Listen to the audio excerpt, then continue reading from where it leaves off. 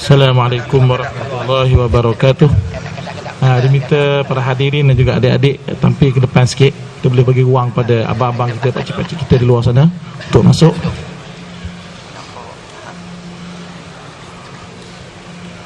Dan juga kepada muslimat yang tak mampu memenuhi ruang utama solat kita, boleh ke sebelah kanan masjid, ada ditempatkan LCD di sana.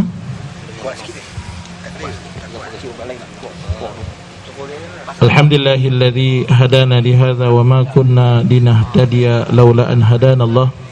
Asyhadu an la ilaha illallah wa asyhadu anna Muhammadan abduhu wa rasuluh. Allahumma shalli wa sallim ala sayyidina Muhammad wa ala alihi wa sahbihi ajma'in. Yang saya raikan, yang saya hormati panel Forum Perdana Maudir Rasul 1434 Hijrah. Pertamanya Ustaz Halim bin Abdullah. Panel yang kedua Ustaz Zamri bin Hashim. Moderator kita pada kali ini Ustaz Tuan Azman, Ahli Jawatan Kuasa Masjid Ubudiyah, Tuan Haji Ishaq bin Dun, yang dipertua Ikatan Muslimin Cawangan Kuala Kangsar, Ahli Jawatan Kuasa Biro Pendidikan dan Pembangunan Ummah, datuk-datuk, datin-datin, adik-adik, hadirin dan hadirat yang saya kasih sekalian.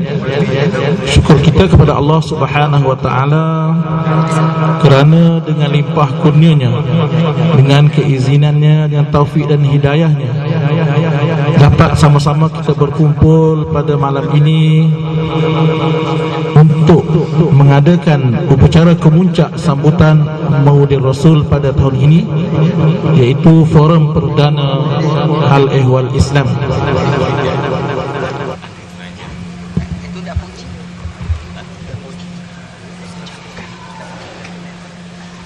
Jadi sebelum kita teruskan majlis forum kita, ada baiknya saya memperkenalkan sikit sebanyak latar belakang ahli panel kita. Ahli panel pertama kita Ustaz Halim bin Abdullah, berasal daripada Negeri Sembilan, mendapat pendidikan tertinggi di University of Queensland, Brisbane, Australia, dalam bidang kejuruteraan. Kemudian beliau menyambung pendidikan beliau dalam ilmu Islam di Universiti Al-Azhar, Kairo, Mesir, dalam jurusan bahasa dan kesusasteraan Arab, dan menyambung lagi pendidikan di Syekh Hasan Al-Bakuri Higher Institute for Islamic Studies di Egypt juga selama 3 tahun. Itu merupakan ahli panel pertama kita, ya. Jadi dia mempunyai pendidikan dari sudut profesional dan juga agama, ya. Hebat, ya. Manakala panel kita kedua tidak kurang juga hebatnya, cukup makruf di negeri Perak, ya, bahkan sampai keluar Perak, Ustaz Zamri bin Hashim, yang mana beliau merupakan Timbalan Mufti Negeri Perak dan juga merupakan yang dipertua Ikatan Muslimin ataupun ISMA Cawangan Ipoh. Beliau mendapat pendidikan tertinggi di Universiti Al-Azhar dalam bidang usuluddin, takhasus tafsir, dan juga ijazah sarjana Universiti Melaya, Ustaz. Universiti Melaya, ya. Itu merupakan latar belakang kita punya panel pada malam ini. Kemudian forum kita akan dikendalikan oleh moderator sahabat saya, Tuan Azman bin Tuan Aziz, merupakan mendapat pendidikan tertinggi di Universiti Al-Azhar dalam bidang syariah, dan sekarang berkhidmat sebagai guru agama di Sekolah Menengah Kebangsaan Dr. Burhanuddin, Cangkat Jering, Taiping, ya. Jadi tanpa melengahkan masa, saya dengan segala hormatnya mempersilakan ahli panel juga moderator untuk tampil ke hadapan. Dengan segala hormatnya dipersilakan.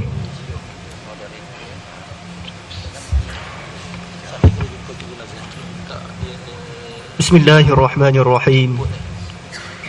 Alhamdulillahilladzi arsala rasulahu bil huda wa dinil haqq liyuzhirahu 'ala ad-din kullihi walau karihal kafirun. Ashhadu an la ilaha illallah wahdahu la syarika lah wa ashhadu anna Muhammadan 'abduhu wa rasuluh. Allahumma salli wa sallim 'ala sayyidina Muhammad wa 'ala alihi wa ashabihi wa man tabi'ahum bi ihsanin ila yaumiddin. Allahumma ij'al jam'ana hadza jam'an marhuma wa tafarruqana min ba'dihi tafarruqan ma'suma. قال الله سبحانه وتعالى في كتابه العزيز أعوذ بالله من الشيطان الرجيم لقد كان لكم في رسول الله أسوة حسنة لمن كان يرجو الله واليوم الآخر إلى آخر الآية. صدق الله العظيم.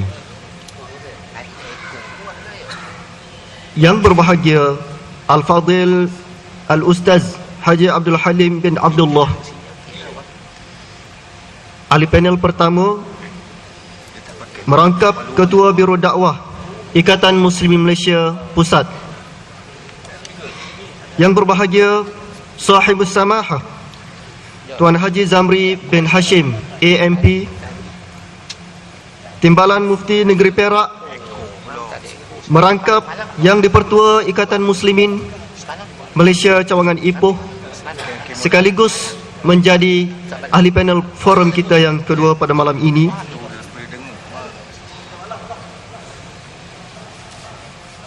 Tuan-tuan imam, tuan-tuan Bilal, pegawai-pegawai masjid, ahli-ahli jawatan kuasa Masjid Ubudiyah Kuala Kangsar, Yang di-Pertua ISMA Cawangan Kuala Kangsar, datuk-datuk, datin-datin, muslimin muslimat yang dirahmati Allah Subhanahu wa taala sekalian. Assalamualaikum warahmatullahi wabarakatuh.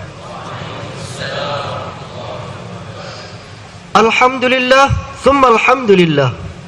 Marilah kita sama-sama merafakkan setinggi-tinggi kesyukuran kepada Allah Subhanahu wa taala kerana dalam suasana penuh kedamaian dan kesejahteraan yang dianugerahkan oleh Allah Subhanahu wa taala pada hari ini, kita dapat sama-sama bersujud kepada Allah Subhanahu wa taala dan sama-sama dapat berkumpul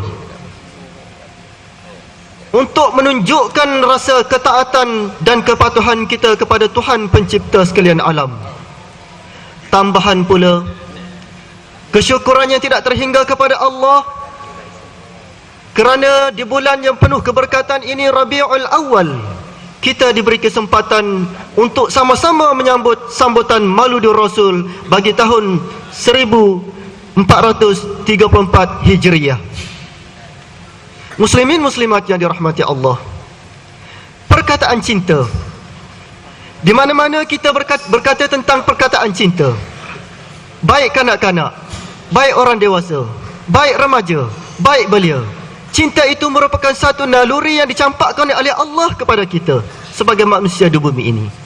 Namun, untuk menentukan sejauh mana kemuliaan kita di sisi Allah Subhanahu wa taala, ialah cara kita meletakkan cinta itu pada tempat yang diradai oleh Allah Subhanahu wa taala. Hadirin hadirat yang dirahmati Allah, bertitik tolak dari situlah maka forum kita pada malam ini, kita meletakkan tajuk Cinta Rasul, Laksana Ajarannya. Muslimin muslimat yang dirahmati Allah, tanpa melengahkan masa, kita beralih kepada soalan yang akan dihuraikan oleh Al-Fadil Al-Ustaz Abdul Halim. Soalannya berbunyi, Ustaz, bolehkah Ustaz jelaskan pengertian mencintai Rasul dan bagaimanakah mewujudkan perasaan cinta kepada Rasul sallallahu alaihi wasallam? Silakan Ustaz. A'udzubillahi minasyaitonirrajim. Bismillahirrahmanirrahim. Alhamdulillah Rabbil Alamin, wassalatu wassalamu ala ashrafil mursalin wa ala alihi wa ashabihi ajma'in. Yang dimuliakan Tuan Pengurusi Forum pada kali ini, Tuan Azman, yang dimuliakan Sahibus Samahah Ustaz Zamri Hashim, Timbalan Mufti Kerajaan Negeri Perak Darul Ridwan, merangkap yang dipertua Ikatan Muslimin Malaysia ISMA Cawangan Ipoh, kepada tuan-tuan imam, ahli jabatan kuasa, para pemimpin masyarakat, para ulama, seterusnya kepada tuan-tuan dan puan serta anak-anak yang dikasihi sekalian, Assalamualaikum warahmatullahi wabarakatuh. Syukur kita pada Allah Subhanahu wa taala, kita sekali lagi menyambut hari kelahiran Nabi kita, Nabi Muhammad sallallahu alaihi wasallam, sekaligus mengingati kelahiran yang besar ini yang disertakan dengan hidayah daripada Allah Subhanahu wa taala kepada sekalian umat manusia. Kemudian datangnya Nabi Muhammad sallallahu alaihi wasallam diiringi dengan turunnya Al-Quran Karim sebagai petunjuk bagi sekalian manusia dan jin, bagi mereka yang ingin mendapat kesejahteraan di dunia serta akhirat.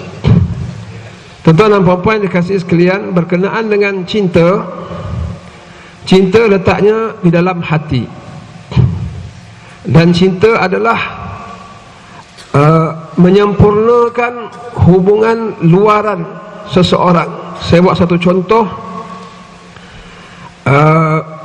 Kenapa kita sebagai suami atau sebagai ayah memberi nafkah kepada anak-anak kita? Jadi ramai yang akan menjawab, ia adalah tanggungjawab. Ya, ia adalah tanggungjawab sebagai seorang ayah.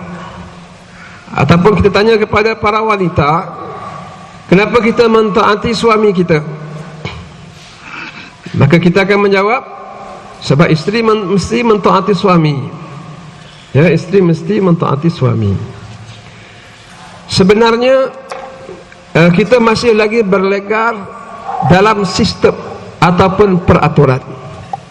Maksud saya memberi nafkah kepada anak saya kerana Islam menurunkan peraturan ayah mesti memberi makan kepada anak-anak, dan Islam memberi peraturan bahawa isteri mesti mentaati suami. Sebenarnya kita sebagai manusia hidup dengan dua juzuk yang asasi, dua unsur asasi, iaitu unsur jiwa, roh, dan juga jiwa fizikal yang dikawal oleh sistem dan peraturan.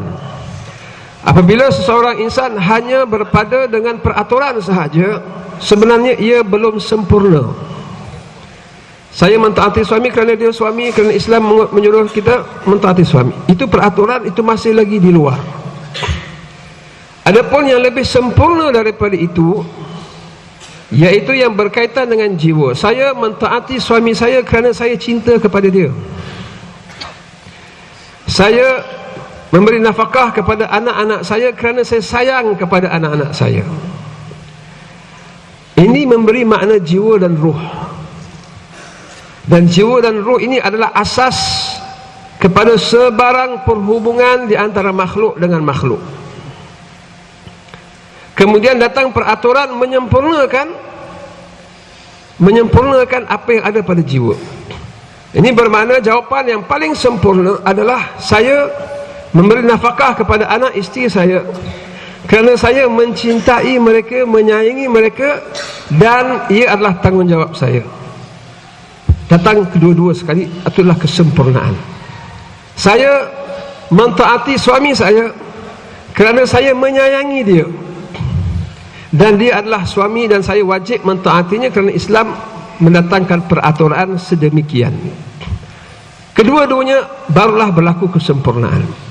Di sini pentingnya tajuk ini, tajuk mencintai Rasulullah sallallahu alaihi wasallam, kerana dengan mencintai Nabi, kemudian dengan mematuhi apa yang diturunkan oleh Allah Subhanahu wa taala melalui Nabi, peraturan-peraturan dan sebagainya, barulah datang kesempurnaan. Bukan semata-mata kita solat kerana Nabi suruh solat, bukan semata-mata kita puasa kerana Nabi suruh puasa, Tetapi kita solat kerana sayangnya kita kepada Rasulullah sallallahu alaihi wasallam yang mengajar kita dan mengajak kita supaya solat. Kemudian bukan saja hubungan cinta ini antara kita dengan Nabi, antara kita dengan isteri, antara isteri dengan suami, tetapi hubungan kita dengan Allah Subhanahu wa ta'ala sebenarnya disempurnakan dengan kecintaan.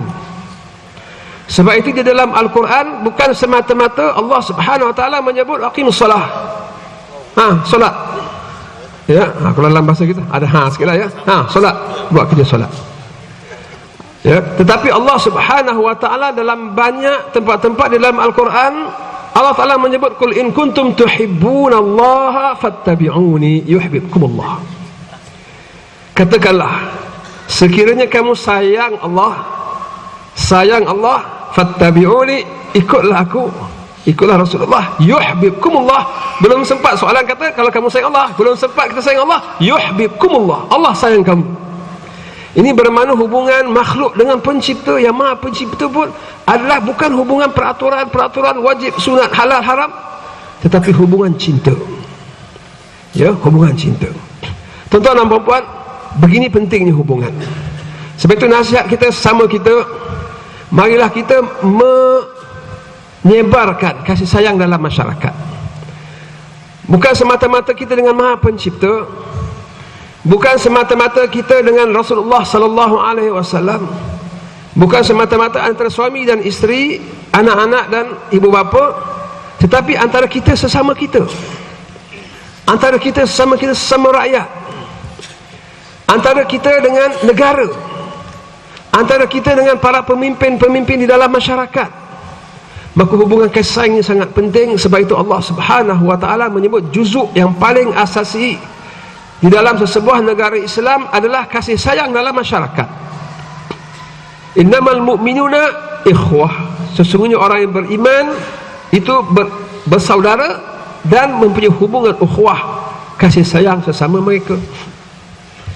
Kemudian apabila Nabi SAW masuk ke Madinah, mendirikan negara Islam Madinah, itu adalah luaran sistem. Apa isi kandungnya? Ayuhan nas, kata Nabi masa masuk Madinah dengan unta Rasulullah, ayuhan nas ifshus salam. Ifshus salam ini sebarkan salam. Dan salam dalam hadis yang lain Nabi kata, hal adulukum ala syai' idza fa'altumu tahabbabkum bainakum. Maukah aku tunjuk kepada kamu, kalau kamu buat perkara ini, kamu akan berkasih sayang sesama kamu. Ifshus salam, sebarkan salam, kamu akan berkasih sayang sama kamu. Isi kepada sesebuah negara adalah kasih sayang. Ini sangat penting yang harus kita jaga sesama kita, umat Islam. Balik kepada soalan tadi, cinta kepada Rasulullah sallallahu alaihi wasallam, apakah pengertian kita mencintai Rasulullah? Penting kita mencintai Rasulullah, tapi apakah pengertiannya? Apa sahaja cinta? Cinta kita kepada isteri kita, cinta isteri kita pada kita, pada anak kita, sudah tentu di sana ada ciri-cirinya. Dan tidak lain tidak bukan, tuan-tuan dan puan-puan, kita mengetahui apakah ciri apabila seseorang mencintai seseorang. Di antaranya yang boleh kita kongsi bersama, dan saya percaya tuan-tuan juga lebih maklum daripada saya, adalah kita memberikan keutamaan. Ya, memberikan keutamaan lebih daripada orang lain. Kalau kita sayang anak kita berbanding dengan anak-anak orang lain, kalau kita ada wang yang terhad, kita akan dahulukan pada anak-anak kita. Maka keutamaan diberikan kepada Rasulullah sallallahu alaihi wasallam ini adalah salah satu bukti sayangnya kita kepada Rasulullah. Keutamaan dalam apa? Keutamaan dalam segala serbi. Keutamaan dalam mematuhi ajaran yang disampaikan oleh Rasulullah sallallahu alaihi wasallam. Bila Nabi suruh solat, kita solat, walaupun kita ada pekerjaan-pekerjaan yang lain. Bila datang azan, kita ada banyak perkara. Di pejabat kita ada hal, di rumah kita ada. Tapi bila dengar azan, keutamaan adalah pada Rasulullah sallallahu alaihi wasallam, maka kita pergi solat. Ya, bukti cinta kita kepada Rasulullah adalah meletakkan keutamaan kepada baginda dan apa yang disampaikan oleh baginda.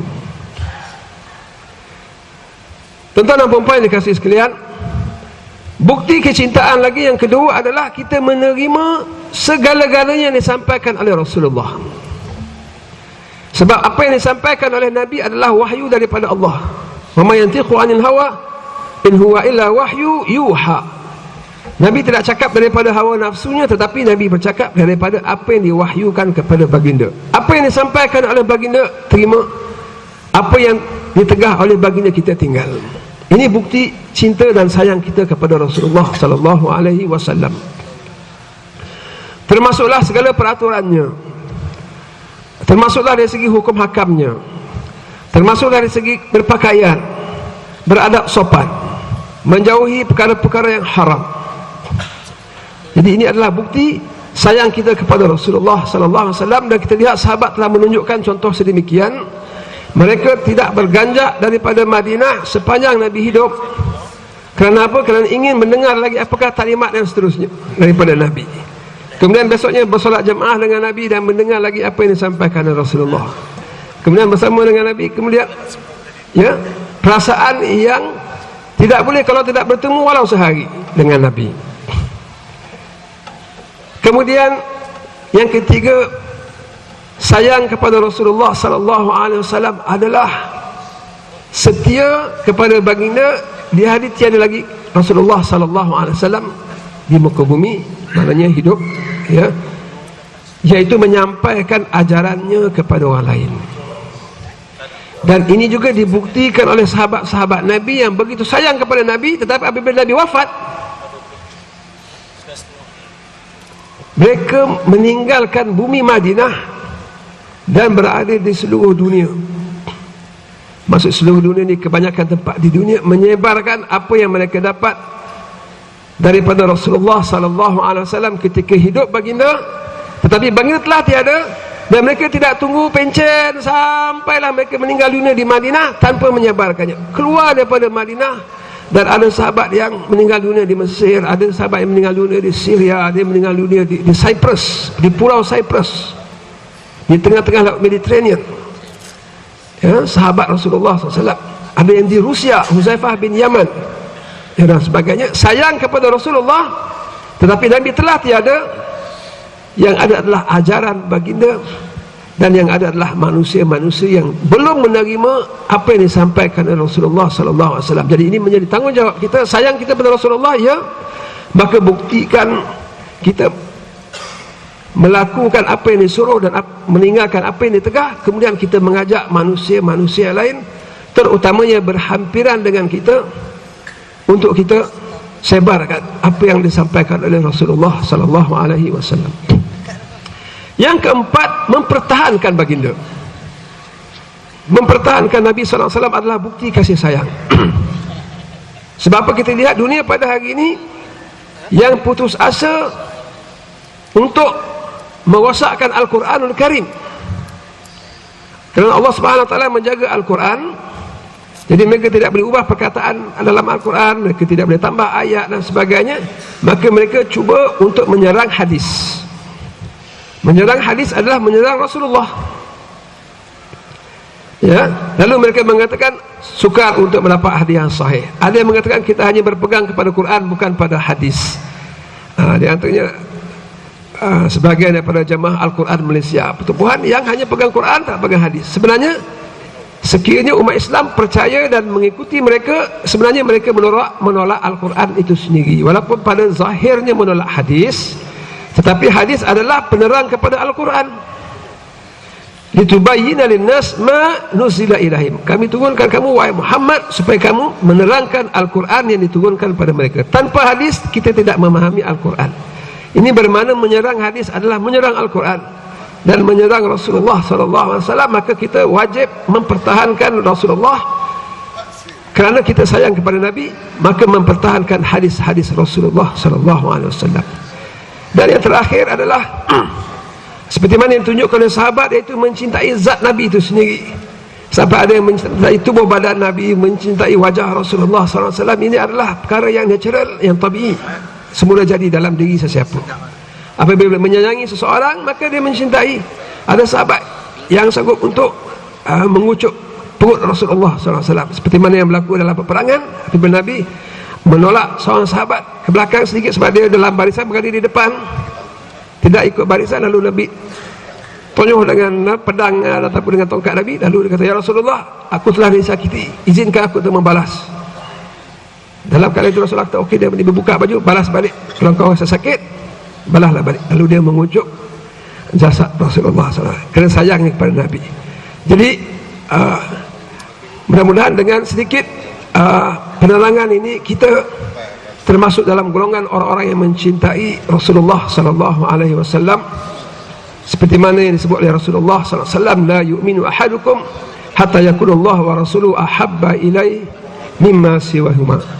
Tidak sempurna iman seseorang kamu sehingga Allah dan Rasulnya lebih dia sayangi daripada selain daripada kedua-dua. Wallahu a'lam. Terima kasih diucapkan kepada Al-Fadhil Ustaz atas huraian yang panjang berkaitan dengan perasaan cinta kepada Rasulullah sallallahu alaihi wasallam. Sebenarnya perasaan cinta kepada Rasulullah sallallahu alaihi wasallam ini bukan setakat di hati kita umat Islam di akhir zaman. Bahkan di kalangan sahabat mungkin lebih mendalam perasaan cintanya kepada Rasulullah SAW. Terbukti saudara-saudari muslimin muslimat yang dirahmati Allah sekalian, ketika mana baginda disambut dalam peristiwa hijrah dari Mekah ke Madinah. Penduduk Madinah begitu bergembira dengan kedatangan Rasulullah. Bak kata orang seperti datangnya bulan purnama, dengan nasyid yang selalu kita dendangkan sama-sama. Tala'al badru alaina min saniyatil wada' wajaba syukru alaina mada'a lillahi da'. Saya malu nak nasyid, lebih-lebih malu ke adik-adik yang ahli nasyid depan saya pada malam ini.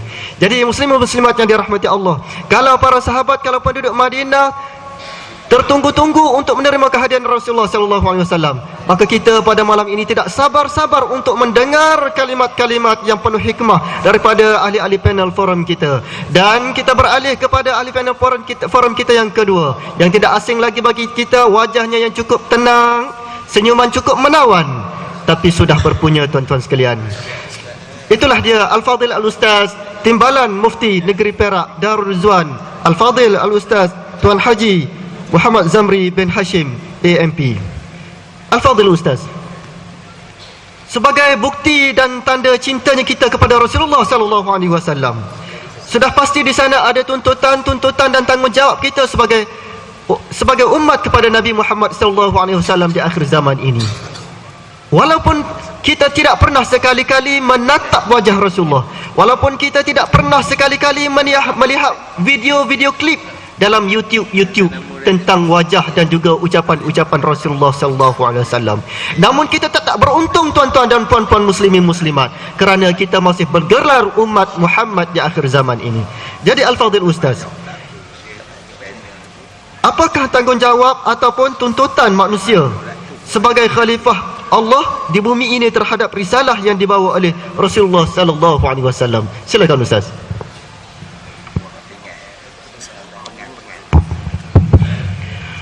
Assalamualaikum warahmatullahi wabarakatuh. Bismillahirrahmanirrahim. Alhamdulillahirabbil alamin. Nahmaduhu wa nasta'inuhu wa nastahdihi wa nastaghfiruh. Wa na'udzu billahi min syururi anfusina wa min sayyiati a'malina. May yahdihillahu fala mudilla lahu wa may yudlilhu fala hadiya lahu. Allahumma salli wa sallim ala sayyidina Muhammad wa ala alihi wa ashabihi wa man da'a bi da'watihi wastana bi sunnati nabihi ila yaumil liqa'i rabbih. Rabbi shrah li sadri wa yassir li amri wahlul 'uqdatam min lisani yafqahu qawli. Yang saya kasihi, yang mulia Ustaz Tuan Azman, yang bahagia Sahibul Fadilah Ustaz Abdul Halim Abdullah, Datuk Seri, Datuk-Datuk barisan ahli jawatan kuasa masjid, Ashabul Fadilah, Tuan-tuan Imam, Tuan-tuan Guru, barisan kepimpinan Ikatan Muslimin Malaysia Kuala Kangsar, serta anak-anak, adik-adik pelajar sidang jamaah muslimin dan muslimat rahimakumullah. syukur pada Allah Ta'ala kerana pada malam ini kita berkumpul di Masjid Ubudiyah ini untuk kita menekuni perjalanan hidup Rasul sallallahu alaihi wasallam yang digambarkan oleh Sultanul Ulama Izzuddin Abdus Salam. Beliau mengatakan Muhammadun basharun laisa kal bashar walakin yaqutun bainal hajar. Muhammad itu sallallahu alaihi wasallam dia manusia, laisa kal bashar, tetapi bukan seperti manusia. Sebaliknya baginda itu ialah batu permata di tengah-tengah batu-batu biasa, menunjukkan kewujudan baginda sallallahu alaihi wasallam itu memberikan rahmat. Wa ma arsalnaka illa rahmatan lil alamin. Aku tidak utuskanmu wahai Muhammad kecuali membawa rahmat kepada seluruh alam. Dan pengutusan baginda sallallahu alaihi wasallam kepada kita itu adalah salah satu bentuk makbul permintaan kita tatkala kita memohon di dalam surah Al-Fatihah, ihdinas siratal mustaqim, ya Allah tunjukkan kami jalan yang lurus. Dijawab oleh Allah dalam awal surah Yasin, Yasin wal Qur'anil Hakim innaka laminal mursalin ala siratim mustaqim. Kita minta pada Fatihah kita, ihdinas siratal mustaqim, ya Allah tunjukkan kami jalan yang lurus. Allah utuskan Nabi Muhammad sallallahu alaihi wasallam, innaka laminal mursalin, wahai Muhammad engkau adalah salah seorang daripada utusan-utusan sekian ramai utusan Nabi SAW ala siratim mustaqim, yang berada di atas jalan yang lurus. Maka tuan-tuan sekalian, tuan-tuan datuk-datuk dan adik-adik anak pelajar sekalian, bila Nabi SAW sudah meninggalkan kita, baginda SAW meninggalkan ajaran Islam yang sudah lengkap. Ajaran Islam yang sudah lengkap. Al-yawma akmaltu lakum dinakum wa atmamtu alaikum ni'mati wa raditu lakumul islam madina. Pada hari ini aku sempurnakan bagi kamu, al-yawma akmaltu lakum dinakum, agama kamu, wa atmamtu alaikum ni'mati, dan aku sempurnakan nikmatmu ke atas kamu, dan aku redha Islam itu adalah sebagai cara hidup. Maka Nabi SAW wafat dalam keadaan meninggalkan kita dengan agama dan cara hidup yang sudah lengkap. Dan Nabi SAW telah membuktikan bahawa lengkapnya agama itu bukan hanya teori. Lengkapnya agama itu telah terbukti, apa yang ada di dalam Al-Quran dan apa yang terkandung dalam sunnah terbukti mampu dilaksanakan oleh manusia. Mampu dilaksanakan oleh manusia. Dia bukan terlalu idealistik, tetapi dia adalah real, boleh dilaksanakan. Buktinya ialah tuan-tuan sekalian, ketika tegaknya negara Madinah Al-Munawwarah, negara Islam yang pertama, segala kandungan Al-Quran dan As-Sunnah itu mampu terlaksana oleh manusia. Islam adalah manhaj, Islam adalah agama cara hidup yang mampu dilaksana oleh manusia, dan terbukti pengutusan Nabi SAW yang juga dari kalangan manusia membuktikan bahawa manhaj itu, agama itu adalah cara hidup yang mampu dilaksana oleh manusia, dan terbukti terlaksana. Dan kalau kita lihat ajaran Islam itu sendiri, perkataan Islam yang dibawa oleh Nabi SAW dan juga para Rasul sebelumnya, dia membawa murni Islam patuh. Patuh. Selain kepatuhan itu nantinya menghantar kita kepada kesejahteraan. Sebab itu dalam diri manusia ada dua jenis kepatuhan. Satu, kepatuhan secara total, secara paksa. Contohnya, darah yang mengalir, mata yang melihat, telinga yang mendengar, urat nadi, jantung kita yang berdenyut, hati kita yang mengepam, semua itu Islam patuh tunduk pada Allah secara paksa. Yang disebut dalam Quran tau'an wa karha, itu karha itu maksudnya secara paksa ikut semua aturan Allah Ta'ala. Namun dalam diri manusia ini ada lagi satu, kepatuhan yang mesti diusahakan. Sebab itu, dengar ya, Ustaz cakap elok-elok nah.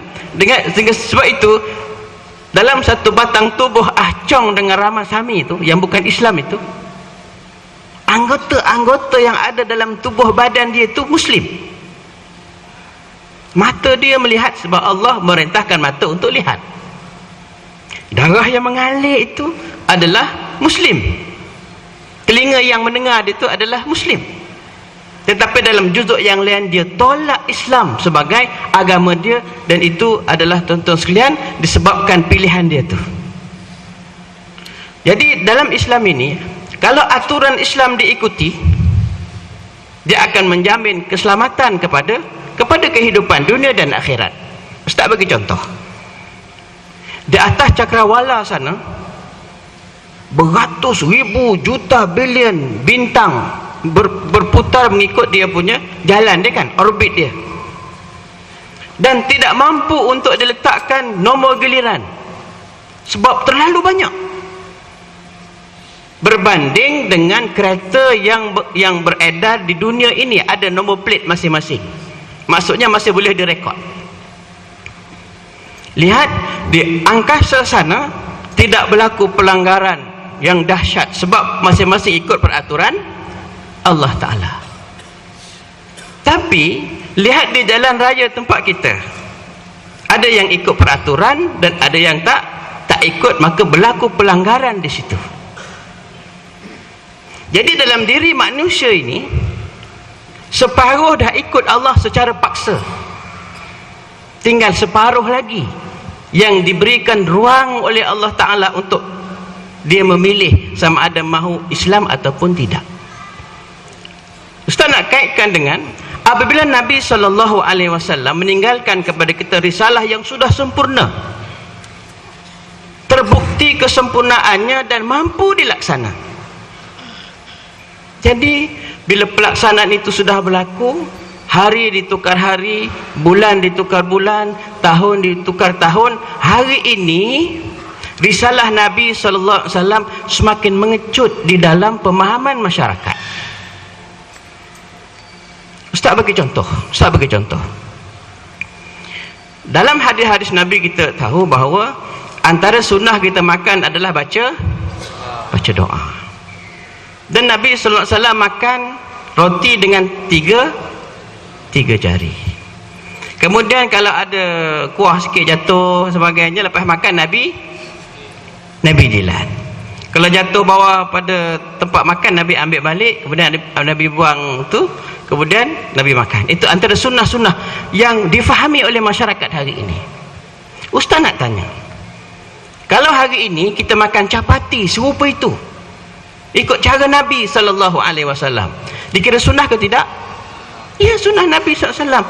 Tapi kalau capati itu Ustaz beli pakai duit riba, sunnah ke tidak? Sunnah ke tidak? Atau Ustaz beli capati itu dengan duit curi?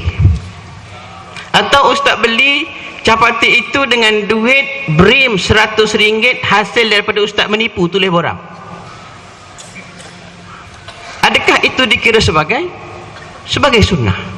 Jadi pemahaman sunnah hari ini, tengok tuan-tuan sekalian, risalah yang cukup lengkap itu semakin dikecilkan skopnya pada hari ini sekadar sunnah-sunnah ritual biasa. Sedangkan sunnah yang paling besar bagi bab makan adalah cari yang halal. Itu sunnah paling besar yang wajib difahami. Jadi apa yang ditinggalkan oleh Nabi SAW ajar kepada kita dua sudut. Satu, jadi hamba Allah yang paling baik. Sebagai hamba Allah maksudnya patuh dalaman dan patuh luaran. Urat nadi kita, darah kita yang sudah patuh itu kita sertai dengan kepatuhan secara sukarela kita kepada Allah. Islamlah kita. Itu hamba dipanggil. Satu lagi, di samping hamba, kita telah dilantik oleh Allah sebagai khalifah. Khalifah bermaksud adalah kita menjadi wakil Allah Ta'ala seolah gitu untuk mentadbir alam ini. Tuan-tuan sekalian, jam yang kita pakai nak tengok waktu solat, siapa yang buat?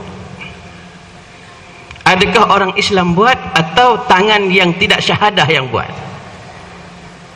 Kereta yang kita naiki tadi ni, siapa yang buat? Kita pergi haji, naik kapal terbang, siapa yang buat? Kita makan ikan patin, siapa yang ternak? Kita gosok gigi, ubat gigi, siapa yang buat? Khalifah adalah berperanan untuk dia mentadbir alam ini.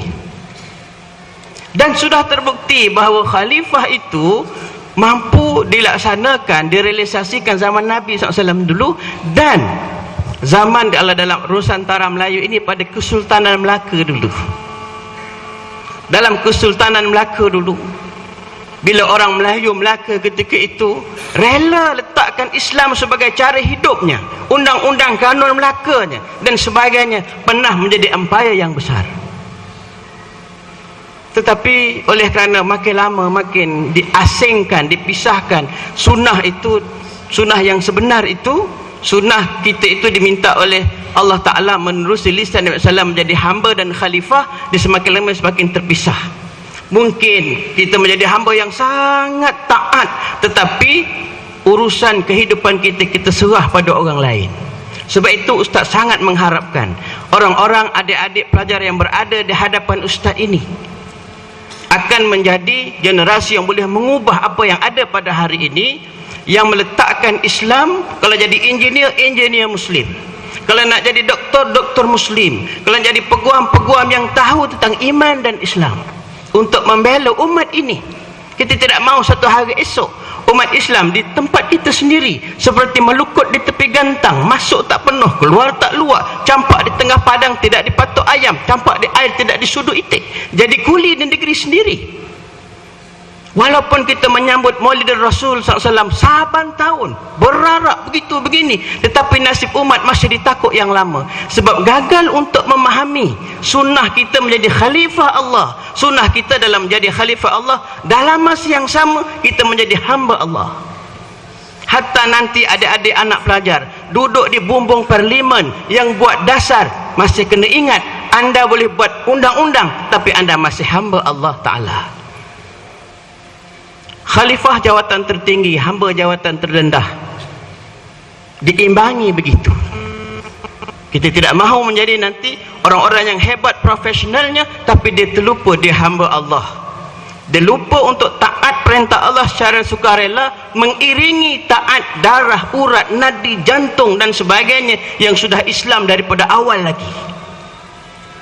Tonton, inilah yang kita nak gilap semula pemahaman kita, risalah kita ataupun tanggungjawab kita selepas kita ditinggalkan oleh Nabi sallallahu alaihi wasallam yang sudah lengkap risalahnya, dan kita sambung saja insya-Allah.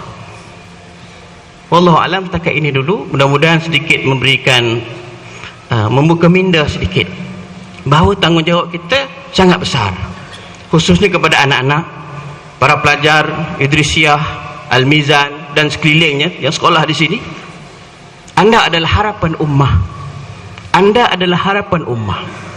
Kita tidak boleh selama-lamanya bergantung selama-lamanya dengan orang lain, yang orang lain meletakkan umat Islam seperti bidak-bidak di papan catur. Ada castle, ada bishop, ada queen, ada king. Kita bertempur dalam tu, tapi yang tukang main daripada luar saja. Sampai bila kita begitu? Mesti ada perasaan untuk kita menjadi tuan yang membawa risalah Islam itu di negeri sendiri. Ambillah pengajaran dan pelajaran daripada Nabi sallallahu alaihi wasallam tatkala berhijrah daripada Mekah ke Madinah. Sebelum berhijrah, Aus dan Khazraj sama-sama Arab bergaduh, bertengkar, berperang sebab Yahudi tukang cucuk sana cucuk sini. Ekonomi dipegang oleh orang Yahudi di Madinah sebelum berhijrah. Bila Nabi SAW berhijrah ke Madinah, disatukan, diledakkan perasaan kasih sayang sesama Muslim, di rebranding. Aus dan Khazraj dijadikan satu brand baru, iaitu Ansar.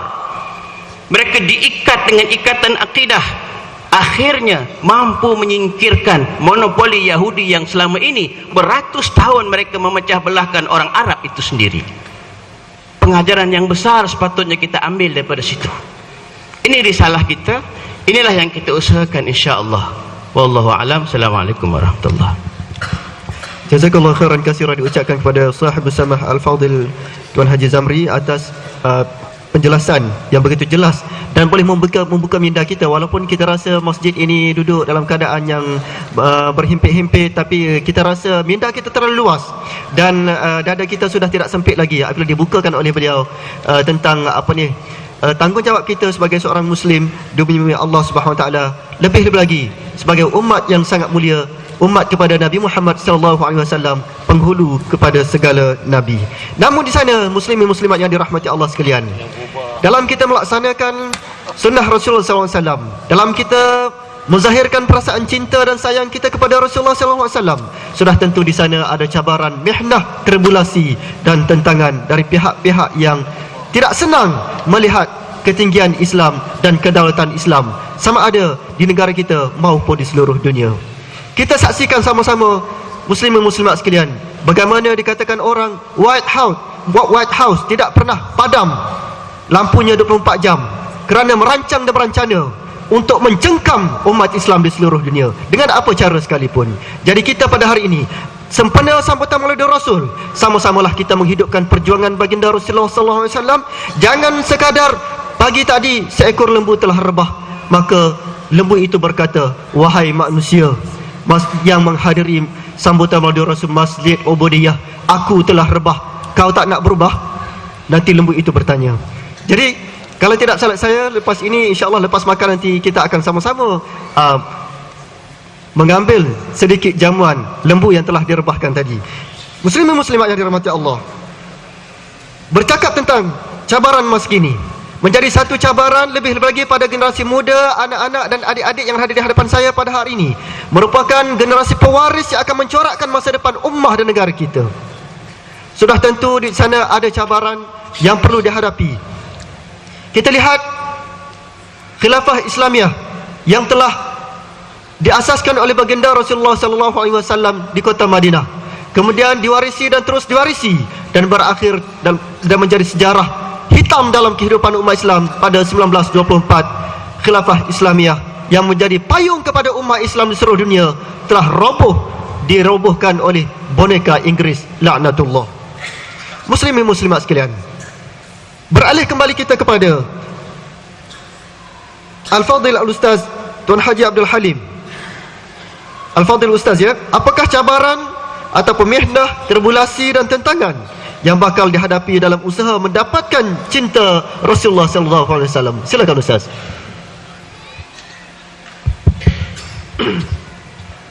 Apakah cabaran yang bakal dihadapi ataupun tribulasi ataupun dugaan dalam kita nak mencintai ataupun mengajak masyarakat kita mencintai Rasulullah sallallahu alaihi wasallam? Yang saya hormati Tuan Pengerusi dan saya bersama serta tuan-tuan dan puan-puan sekalian,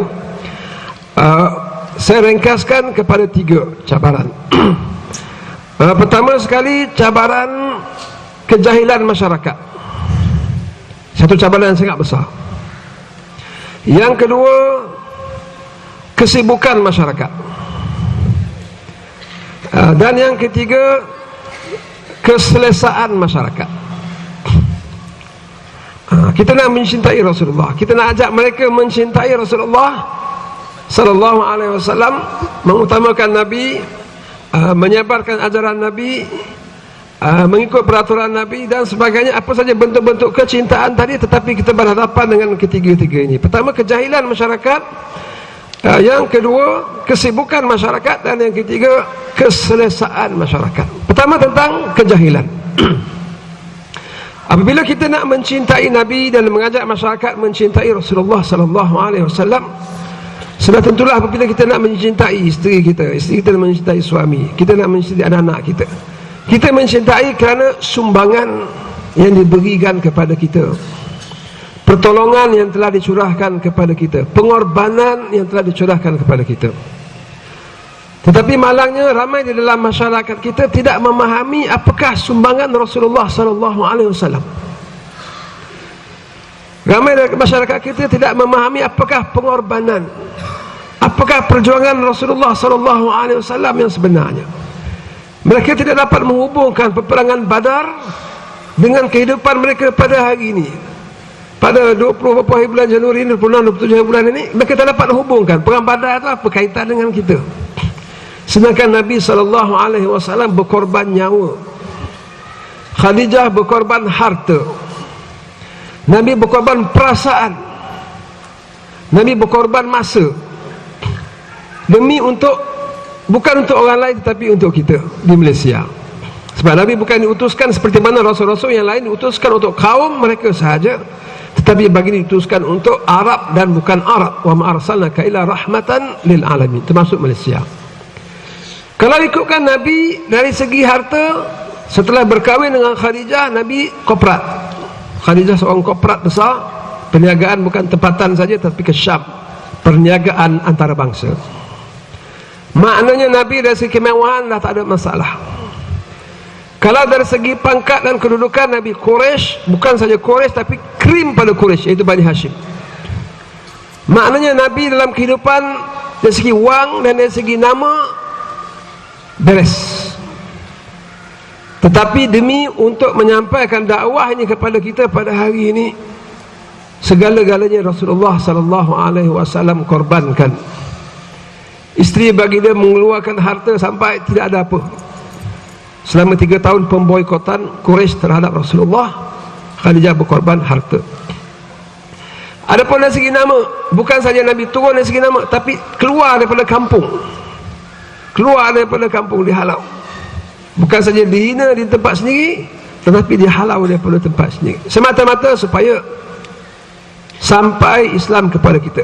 Kalau begini layak Rasulullah SAW dicintai dengan sebenar-benar cinta. Tetapi masyarakat tidak dapat menghubungkan. Di sini kejahilan masyarakat terhadap hakikat ini. Kemudian bukan itu saja, apakah perjuangan Nabi? Perjuangan Nabi bukan semata-mata perjuangan untuk masyarakat di Makkah atau di Madinah. Tetapi perjuangan baginda membina individu-individu Islam. Kemudian individu ini membentuk keluarga Islam dan masyarakat, membina negara, bukan saja di Madinah, kemudian membina khilafah Islam seluruh semenanjung Arab. Kemudian mengalahkan kuasa besar dunia Rom dan Parsi. Walaupun Rom dan Parsi ini jatuh di zaman Umar Ibn Khattab, tetapi Umar Ibn Khattab hanya memimpin sebagai khalifah, tetapi tentera-tentera yang membebaskan dan mengalahkan Rom dan Parsi adalah yang dibina oleh Rasulullah SAW sebenarnya. Kemudian Islam tersebar di seluruh dunia. Jadi begini sekali sumbangan Rasulullah SAW kepada kita. Tetapi ramai dalam masyarakat kita tidak memahami bahawa perjuangan Nabi yang sepatutnya mereka perjuangkan bukan semata-mata Malaysia, tetapi sebenarnya kita mempunyai risalah yang besar untuk memberi petunjuk kepada seluruh alam, kepada Thailand, kepada China, Mongolia, kepada Rusia. Sebab itu sahabat apabila wafat Rasulullah SAW, Quran di dalam dada mereka, seperti mana kata ulama, wal Quran fi sudurihim, Quran di dada mereka. Kemudian Madinah bukan lagi tempat mereka. Wa buyutum ala surujihim, rumah-rumah mereka di atas pelana-pelana unta. Mereka terus pergi meninggalkan kampung halaman untuk menyebarkan Islam. Jadi kalau begini perasaan umat Islam pada hari ini, merasakan tanggungjawab bukan saja tanggungjawab terhadap isteri dan anak-anak, terhadap negeri dan terhadap negara, tetapi terhadap seluruh manusia. Mereka faham begini sekali perjuangan Nabi SAW dan begini sepatutnya perjuangan mereka, maka sayang kepada Rasulullah SAW menjadi begitu tinggi dan memuncak. Apatah lagi itu sahaja jalan untuk mendapat keredaan Allah. Sebab Allah kita tak nampak. Sama macam Kuala Lumpur kita tak nampak. Macam mana nak pergi Kuala Lumpur? Maka kita lihat papan tanda. Papan tanda sampai ke highway plus baru pergi Kuala Lumpur. Yakin dengan papan tanda sehinggalah kita sampai nampak menara Petronas, baru kita yakin ini dia Kuala Lumpur. Tapi sebelum sampai Kuala Lumpur kita yakin pada papan tanda. Begitu juga Allah Subhanahu Wa Taala, kita tak nampak. Syurga kita tak nampak. Yang dilihat oleh sahabat adalah Rasulullah SAW sahaja. Yang dilihat oleh kita pada hari ini adalah hadis-hadis Nabi dan sejarah dan perjuangan yang Nabi tinggalkan. Lalu Allah berkata, "Qul in kuntum tuhibbuna Allah fattabi'uni." Kalau kamu sayang Allah, ikut aku, mana ikut papan-papan tanda ikut hadis-hadis Nabi yang telah Nabi tinggalkan, nescaya ikut satu papan demi satu papan demi satu papan, kita akan sampai bertemu Allah Subhanahu wa ta'ala di dalam syurga. Dan nikmat yang paling besar dalam syurga adalah melihat wajah Allah, seperti di dalam akidah Ahlussunnah wal Jamaah. Lihat Allah Subhanahu wa ta'ala di akhirat. Jalannya adalah mengikut Rasulullah sallallahu alaihi wasallam. Ini kita nak bagi faham kepada masyarakat kita, mencontohi Nabi setiap perbuatan, setiap perjuangan, dan perjuangan itu sampai ke tahap memberi petunjuk kepada seluruh umat di dunia. Ini tugas yang sangat berat, tetapi ini adalah cara ataupun dugaan juga kita dalam mengajak manusia mencintai Rasulullah. Mereka tidak memahami hal ini, mereka tidak memahami seluas ini. Ini yang pertama halangan kita, iaitu kejahilan umat di dalam memahami perjuangan Nabi yang sepatutnya menjadi perjuangan mereka. Yang kedua, ramai daripada kalangan masyarakat kita membaca, memahami perjuangan Rasulullah sallallahu alaihi wasallam, lalu mereka cuba dan sayang kepada Rasulullah.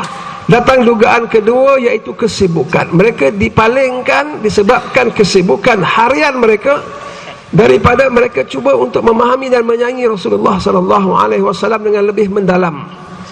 Yang kita sebut dalam bahasa Inggeris distraction. Distraction maknanya mereka nak sayang Rasulullah tapi sibuk dan sibuk. Mereka nak baca sirah Nabi sebab sayang Nabi, tapi banyak majalah lain yang lebih menarik lagi. Pergi ke kedai buka sirah, itu tulisan gambar, tak ada warna, tak ada. Tengok majalah mangga, majalah URTV cantik, warna-warni. Sampai di rumah tinggi majalah wanita, majalah URTV dan sebagainya. Maka kesibukan mereka membaca dialihkan pandangan mereka, masa mereka kepada perkara-perkara yang tidak bermanfaat, yang mereka kumpulkan bertahun-tahun sehingga tinggi simpanan-simpanan majalah-majalah di rumah mereka. Mereka tidak pernah membaca sirah Rasulullah sallallahu alaihi wasallam daripada kulit ke kulit.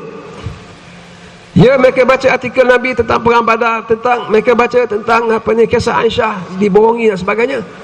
Tetapi jarang kita melihat dalam masyarakat kita yang membaca sirah Rasulullah sallallahu alaihi wasallam daripada lahirnya sehinggalah ke wafatnya. Ya, apa saja buku-buku seperti Nurul Yakin ataupun Rakyat Makhtum atau kitab-kitab yang biasa kita dengar. Kenapa? Kerana disibukkan oleh perkara-perkara yang lain. Sekarang ada dokumentari, ada video dan sebagainya, sibuk juga. Bulan Ramadan ada sibuk untuk pergi pasar, sibuk tak habis. Ini dugaan sebenarnya, dugaan untuk mengajak masyarakat sayang kepada Nabi, tetapi mereka bukan tak sayang kepada Nabi, mereka tidak ada masa. Sebenarnya tuan-tuan, ini dirancang oleh musuh-musuh Islam. Kita percaya dunia hari ini seperti mana yang disebut oleh Tuan Pengurusi dan juga saya bersama, sebenarnya bidak-bidak kita ni hanya bidak-bidak, bahan-bahan catur yang dicaturkan oleh orang. Masa kita diatur oleh orang, bacaan kita juga diatur oleh orang, sibuk atau tidak kita dicatur oleh orang. Akhirnya masyarakat Islam hari ini, walaupun bilangan semakin bertambah, kemudahan semakin hebat, internet dan sebagainya, boleh tengok dalam handphone saya sekarang, tapi bacaan mereka lain daripada yang sepatutnya, perhatian mereka lain daripada yang sepatutnya. Ini dugaan yang kedua yang mesti kita atasi bersama-sama dan kita insafi pada malam ni. Kemudian dugaan yang ketiga, adalah dugaan mereka sayang Nabi. Ya, mereka ada baca juga, alhamdulillah, tetapi mereka hidup dalam keadaan selesa. Mereka tidak rasa ada apa-apa yang urgent, ada apa-apa yang perlu bertindak. Sedangkan musuh setiap hari merancang. Ya, musuh setiap hari merancang macam mana, sampai merancang nak menggunakan kalimat Allah yang kita sayangi. Sampai ringkat tu. Ya, maknanya bukan merancang masa kita, bukan merancang perhatian kita, merancang sampai nama Tuhan yang mencipta kita. Sedangkan umat Islam lalai. Ini keadaan umat pada hari ini, tidak merasakan ancaman. Kalau perang pun, kalau musuh tak tembak, kita tak tembak. Tapi bila musuh tembak, baru kita menembak. Hari ini umat Islam tidak merasakan musuh tembak daripada setiap arah, daripada arah ekonomi, daripada arah budaya, daripada arah media, daripada arah ni. Lalu mereka duduk dan menyerah, tiba-tiba kita dengar seorang dua murtad, tiba-tiba kita dengar ramai murtad, tiba-tiba kita dengar gejala sosial. Semua ini bukan datang tiba-tiba. Ia datang dengan perancangan yang teliti, dengan belanjawan yang banyak. Ya, saya boleh cerita kepada tuan-tuan, saya bersama pun mungkin banyak statistik yang terhimpun di Jabatan Agama, pejabat mufti, ya, dan sebagainya. Ini ancaman yang sedang menyerang umat, ya, yang sepatutnya cinta kita kepada Rasulullah SAW, sebab Nabi menunjukkan jalan, menunjukkan perjuangan, ya, Nabi menunjukkan arah untuk menyelesaikan masalah. Ini yang sepatutnya ada pada umat Islam pada hari ini. Namun malang, ramai umat Islam tidak memahami perjuangan Nabi. Itu yang pertama. Sebahagian yang ingin memahami tapi disibukkan. Kemudian ramai pula masyarakat yang complacent, yang rasa dah cukup, ar-ra'ahu istagna, ar-ra'ahu istagna, kamu tak melihat mereka rasa cukup. Ini keadaan masyarakat pada hari ini. Kita berdoa kepada Allah Subhanahu Wa Taala, semoga Maulid Nabi sallallahu alaihi wasallam mengembalikan kecintaan sebenar, bukan sekadar kecintaan slogan dan perarakan semata-mata, walaupun itu juga membantu, tapi kecintaan sebenar untuk menyayangi Rasulullah sallallahu alaihi wasallam, mengikut segala ajaran, meninggalkan segala larangan, kemudian menyampaikan ajaran baginda kepada masyarakat, kemudian memperjuangkannya dan mempertahankannya. Wallahu a'lam.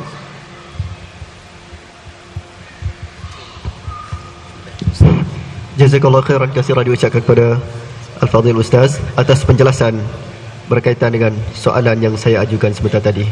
Alhamdulillah, muslimin muslimat yang dirahmati Allah, kita sepatutnya rasa bertuah dan beruntung kerana mempunyai seorang Nabi yang sangat pengasih dan penyayang kepada kita.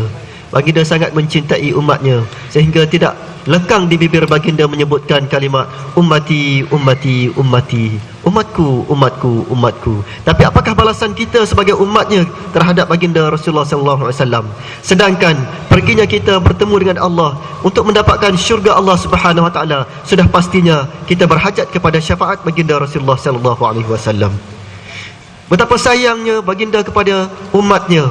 Baginda berjaya melahirkan jilul Quranul Farid, generasi Al-Quran yang unggul, dan boleh dikatakan seperti Al-Quran yang bergerak. Namun generasi Al-Quran yang bergerak itu semakin hari semakin hilang daripada pandangan dunia. Kita kembalikan suasana ini, kita kembalikan suasana kegemilangan Islam yang telah dibawa oleh baginda Rasulullah SAW 1400 tahun yang lalu, tuan-tuan muslimin muslimat sekalian. Saya sentiasa mengungkapkan kata ini apabila saya bercakap di hadapan hadirin dan hadirat sekalian. Di mana-mana tempat saya berkata, hidup bukan diukur dengan umur yang panjang, tetapi hidup ini diukur dengan ilmu, iman dan bakti. Saya ulang, hidup ini bukan diukur dengan umur yang panjang, tetapi hidup ini diukur dengan ilmu, iman dan bakti. Jadi buanglah segala keselesaan kita. Kita jauhkan diri kita daripada segala kejahilan. Marilah kita sama-sama pertingkatkan ilmu, iman dan takwa agar kita pergi menemui Allah Subhanahu wa taala dalam keadaan kita bersedia.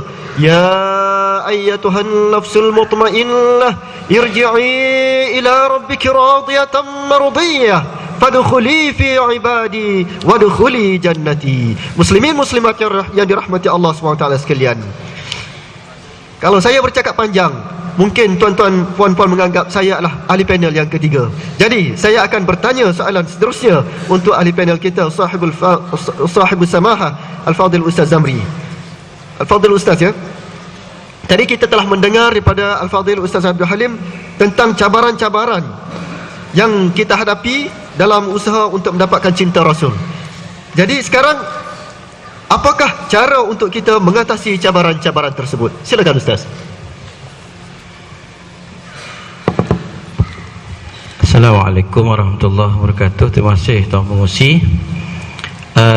Soalan yang diajukan adalah bagaimana untuk menghadapi cabaran-cabaran, dan kebanyakan jawapannya pun sudah disebut oleh Sahibul Fadilah Ustaz Abdul Halim tadi, bahawa kita, menurut beliau, kita sedang menghadapi 3 cabaran utama, iaitu pertama adalah cabaran kejahilan. Dan jawapan saya ini hanya untuk pengukuhan terhadap apa yang beliau utarakan tadi itu saja, dan mungkin sedikit 1-2 penambahan lah. Kejahilan yang berlaku kepada umat ini terhadap perjuangan dan juga dalam memahami sunnah pun kadang-kadang. kita sudah disempitkan skopnya oleh musuh-musuh Islam. Untuk memudahkan pemahaman, elok saya lontarkan beberapa perkara yang kita boleh fikir bersama. Di antara sunnah Nabi SAW adalah berselawat. Selawat kepada baginda SAW. Dan istimewa selawat ini ialah arahan Allah Subhanahu Wa Taala terhadap ibadat-ibadat yang lain, kita sembahyang, aqimus solah, kalau zakat, wa atuz zakah. Tapi dalam bab selawat ini Allah Subhanahu Wa Taala arahkan, tapi dalam bentuk yang sedikit berbeza. Allah mulakan dengan Allah sendiri dulu. Innallaha wa malaikatahu yusalluna 'alan nabi ya ayyuhalladzina amanu sallu 'alaihi wa sallimu taslima. Allahu akbar. Allah perintahkan dengan memulakannya dulu. Sudah tentu ia mempunyai satu cara yang diajar oleh Allah Ta'ala, cara mendekatkan diri dengan Nabi SAW. Salah satu caranya adalah dengan berselawat, dan ia menjadi rukun khutbah berselawat itu. Subhanallah, alhamdulillah, banyak berselawat. Man salla alaihi salatan sallallahu alaihi asyra. Barang siapa orang yang berselawat ke atas aku sekali, Allah akan turunkan rahmat kepadanya 10 kali ganda. Masya Allah, itu perniagaan yang menguntungkan. Dan selawat itu adalah merupakan satu sunnah. Maka kita pun berselawatlah dengan banyak. Dan alhamdulillah, itu sunnah Nabi SAW. Dan kita kadang-kadang mengadakan majlis-majlis selawat di masjid, di tempat suluk kita dan sebagainya lah. Tetapi kadang-kadang kita lupa, kenderaan yang menghantarkan kita ke tempat kita berselawat itu adalah menggunakan sistem yang Nabi bacakan Quran isytihar perang daripada Allah Ta'ala, iaitu sistem riba. Dalam surah Al-Baqarah kan, Allah Subhanahu fa'dhanu biharbin minallah, iklankan perang. Dalam Islam dua perkara yang Allah isytihar perang. Satu, mereka yang transaksi dengan riba. Kedua, man adali waliyan, mereka yang memusuhi orang-orang yang dekat dengan Allah Ta'ala, dalam hadis Nabi SAW. Jadi tak kala kita memperbanyakkan selawat, hatta kita berselawat pun ketika kita mengendarai kenderaan, kalau kenderaan itu dibeli dengan satu sistem yang Allah isytihar perang yang disampaikan oleh Nabi SAW, bermaksud kita sudah tidak memahami sunnah itu sendiri. Dan banyak lagi tuan-tuan sekalian. Jadi kejahilan itu yang kadang-kadang menyebabkan dualisme berlaku.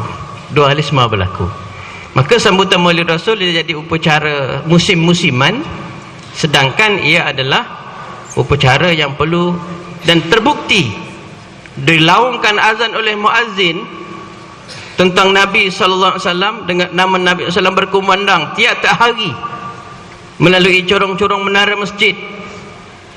Tuan-tuan sekalian, kejahilan itu yang kadang-kadang kita perlu perbaiki. Kemudian kita melihat betapa umat Islam, khususnya orang Melayu kita ni, dan kita merasa yakin yang hadir pada malam ini kebanyakannya majoriti orang Melayu lah. Orang Melayu merupakan satu bangsa yang ditaklifkan atau diamanahkan oleh Allah untuk sebarkan risalah Nabi di bumi ini.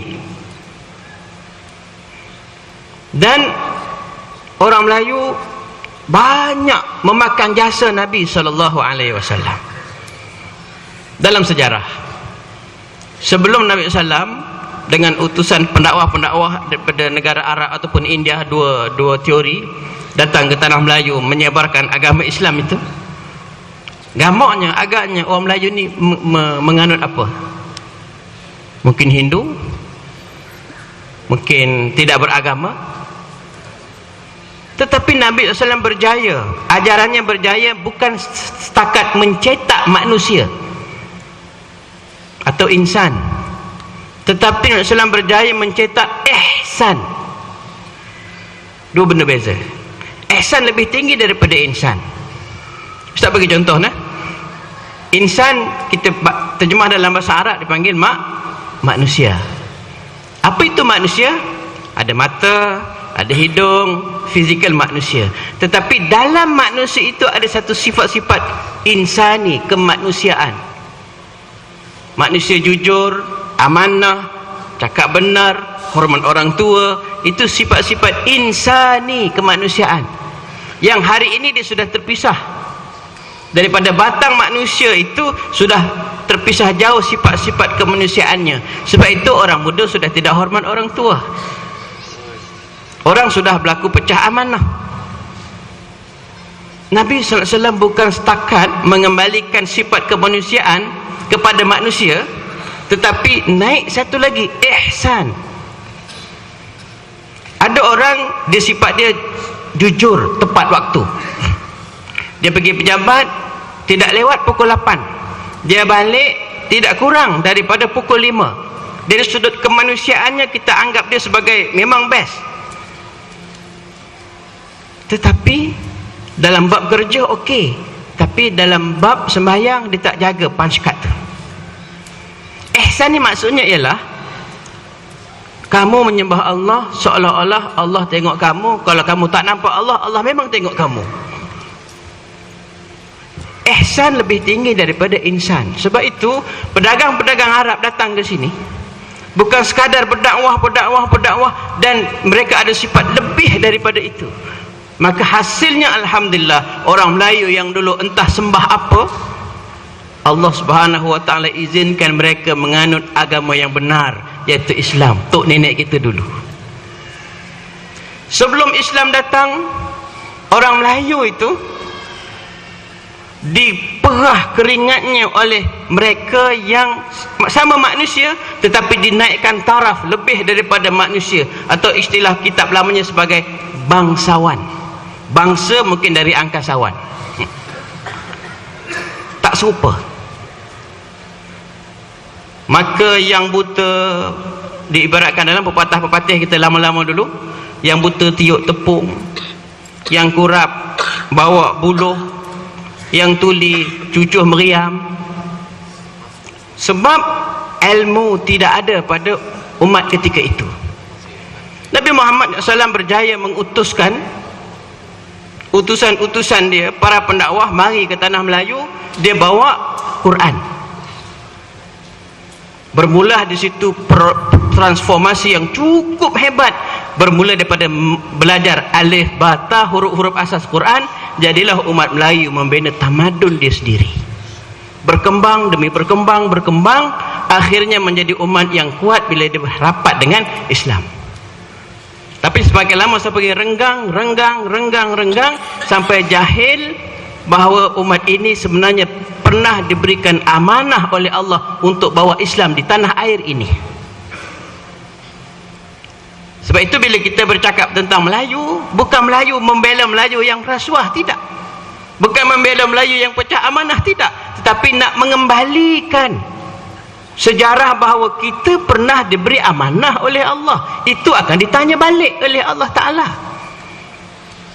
Akan ditanya balik oleh Allah Ta'ala. Perlu untuk diledakkan semula kita punya tanggungjawab. Jadi bila kita lupa bahawa itulah sangat besar jasa Nabi SAW kepada umat ini, maka kita tidak merasa ezah bahawa kita ini adalah telah dipilih oleh Allah Ta'ala untuk bawa risalah agama ini di tempat kita. Jadi macam mana nak ubati kejahilan-kejahilan itu? Praktikalnya tak ada cara lain lah. Bab ilmu ni tak ada cara lain kecuali mengaji dan belajar. Tak ada cara lain. Dengan mekanisme yang ada secara tradisinya di masjid, di surau, di sekolah, ataupun melalui YouTube dan sebagainya, mesti belajar. Buka kitab-kitab sejarah yang sudah diterjemah. Kitab Nurul Yaqin dah diterjemah. Kitab Rahiqin Makhtum sudah diterjemah. Kemudian ada kitab sejarah yang ada ulasan di sebaliknya. Kitab Fiqh Sirah Ramadan Al-Buti boleh baca. Ada 3 jilid, dia terjemah di bahasa Melayu kita. boleh baca dan analisa daripada sejarah itu. Sebab dalam Islam sejarah itu bukan setakat angka dan tarikh, tetapi pengajaran di sebalik itu. Yang kedua, sibuk. Tidak ada cara lain kecuali kita menyediakan diri dan meruangkan masa. Pergilah masjid dan surau atau di mana-mana saja yang ada kuliah-kuliah sirah, kuliah-kuliah sejarah. Kalau tak ada di masjid, tuan-tuan yang datang hari ini mungkin mewakili surau-surau tertentu atau masjid-masjid di sekeliling dan sebagainya. Kalau tak ada pelajaran sejarah sirah Nabi SAW dalam jadual di masjid dan surau, adakah yang itu? Untuk kita menekuni. Orang dulu-dulu mereka menekuni sejarah Nabi melalui mereka membaca berzanji. Berzanji itu, walaupun peringkat asas, tapi dia ada kesan juga. Tapi itu pun sudah dialihkan penekanannya. Berzanji hanya, kebanyakannya hari ini hanya dinilai alunannya, bukan intipati itu sendiri. Tuan-tuan sekalian, yang ketiga adalah keselesaan. Memanglah tuan-tuan sekalian, kita sudah agak selesa. Setengah-setengah orang dia rajin mengaji bila masjid Korea dia buat pengajian. Tapi kalau orang lain buat pengajian, dia nak keluar pun dia rasa tak sanggup. Tuan-tuan sekalian, antara kebaikan kita mengkaji sejarah adalah untuk membanding kita dengan perjuangan orang dulu-dulu. Kita rasa kita sedekah hari Jumaat RM5 tiap-tiap minggu, 4 minggu RM20, kalau ada 5 minggu RM25. Kita sedekah tabung lalu kat masjid itu, kita rasa dah besar sangat dah sumbangan kita kepada agama ni. Dah besar sangat dah ni. Atau kita buat cek RM50 atau RM100 atau RM5,000, kita bagi pembinaan masjid, kita rasa besar sangat dah. Ya, itu ada nilai di sisi Allah Ta'ala. Berbanding dengan pengorbanan Abu Bakar. Bila ditanya, apa yang kamu tinggalkan wahai Abu Bakar? Aku tinggalkan Allah dan Rasulnya. Yang pernah kita sebut di masjid ini dulu, berlakulah persaingan sehat antara Omar dan Abu Bakar ketika menyahut seruan Nabi untuk infak. Omar dia infak fisabilillah, jumlah harta yang diinfakkannya itu diletakkan sama juga harta yang diletakkan pada keluarga dia, maknanya sama. Kalau 1 juta pada Nabi, 1 juta lah pada keluarga dia. Omar rasa kali ini aku boleh menyaingi Abu Bakar. Bila Nabi SAW tanya kepada Abu Bakar, Abu Bakar, apa kamu tinggalkan? Taraktu Allah wa Rasulah. Aku tinggalkan lahum bagi mereka Allah dan Rasul. Allahu Akbar. Bila itu keadaannya, kita menjadi manusia yang tidak akan rasa puas untuk kita menyumbang untuk agama kita. Ustaz, saya ni pergi sana pergi sini ceramah gitu gini dengan anak isteri sikit masa, kita rasa banyak dah ni. Tetapi tuan-tuan sekalian, Nabi SAW pergi berperang dengan para sahabat, tuan-tuan sekalian, berbulan-bulan, sehingga satu ketika dulu kahwin mut'ah itu dibenarkan. Satu ketika dulu, lepas itu dibatalkan, tak boleh dah kahwin mut'ah. Sebab apa? Pergi keluar lama. Kemudian pergi keluar, bukan ada jadual, okey bulan Februari kita akan keluar pada 2 hari bulan. Tak. Kadang-kadang lepas sembahyang Nabi kata kita akan pergi perang, kena siap segera. Kalau kita apa, kereta kita apa, alasan banyak. Isteri mengandung lagi, kereta dalam workshop lagi, ini kerja kat pejabat tak selesai lagi. Kita rasa kita banyak dah menyumbang untuk agama kita, tetapi bila dibanding dengan sejarah, apa yang kita korban, sejarah kita letak sebelah, kita buat perbandingan, Masya Allah, banyak lagi kerja yang perlu kita buat. Dan sekalian, kita hayati sejarah-sejarah ini dan kita baca, tekuni, dan kita akan tahu nilai kita sebenarnya di mana. Mudah-mudahan Allah Subhanahu Wa Taala menjadikan kita atau menyuntik pada diri kita ini perasaan ingin kita menyumbang banyak kepada agama kita sebagai tanda kasih sayang kita kepada Nabi Muhammad SAW, dan mudah-mudahan ada manfaat untuk kita bersama. Wallahu a'lam. Terima kasih Ustaz.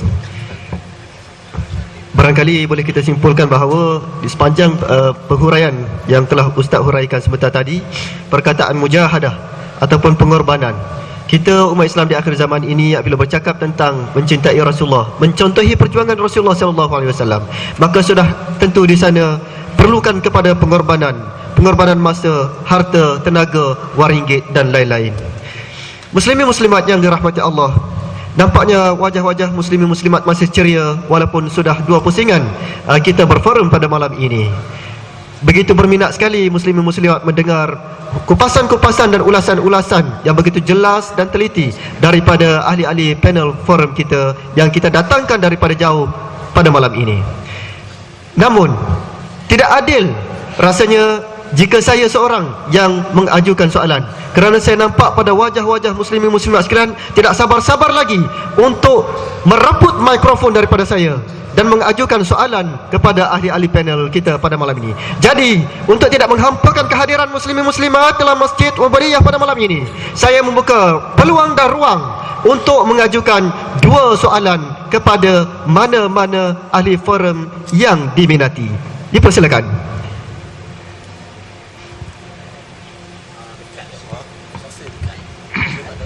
Assalamualaikum warahmatullahi wabarakatuh. Terima kasih kepada pengurusi yang beri peluang kepada saya untuk mengemukakan soalan.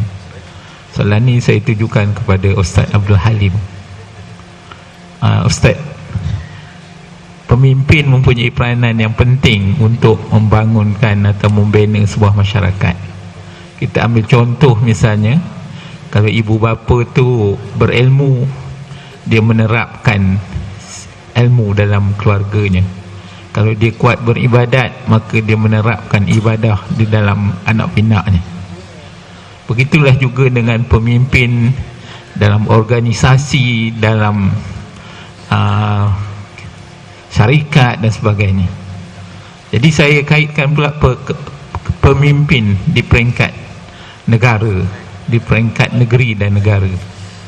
Jadi kalau kita ada pemimpin yang benar-benar mahukan Islam, maka pastinya dia akan mendorong kepada ke arah keislaman. Kalau pemimpin itu kurang islamiknya, maka Islam itu hanya diletakkan di sampingnya. Jadi soalan saya, bagaimana kita nak melahirkan pemimpin yang benar-benar membawa kita kepada melaksanakan syariat Islam sepenuhnya. Wallahu alam. Terima kasih.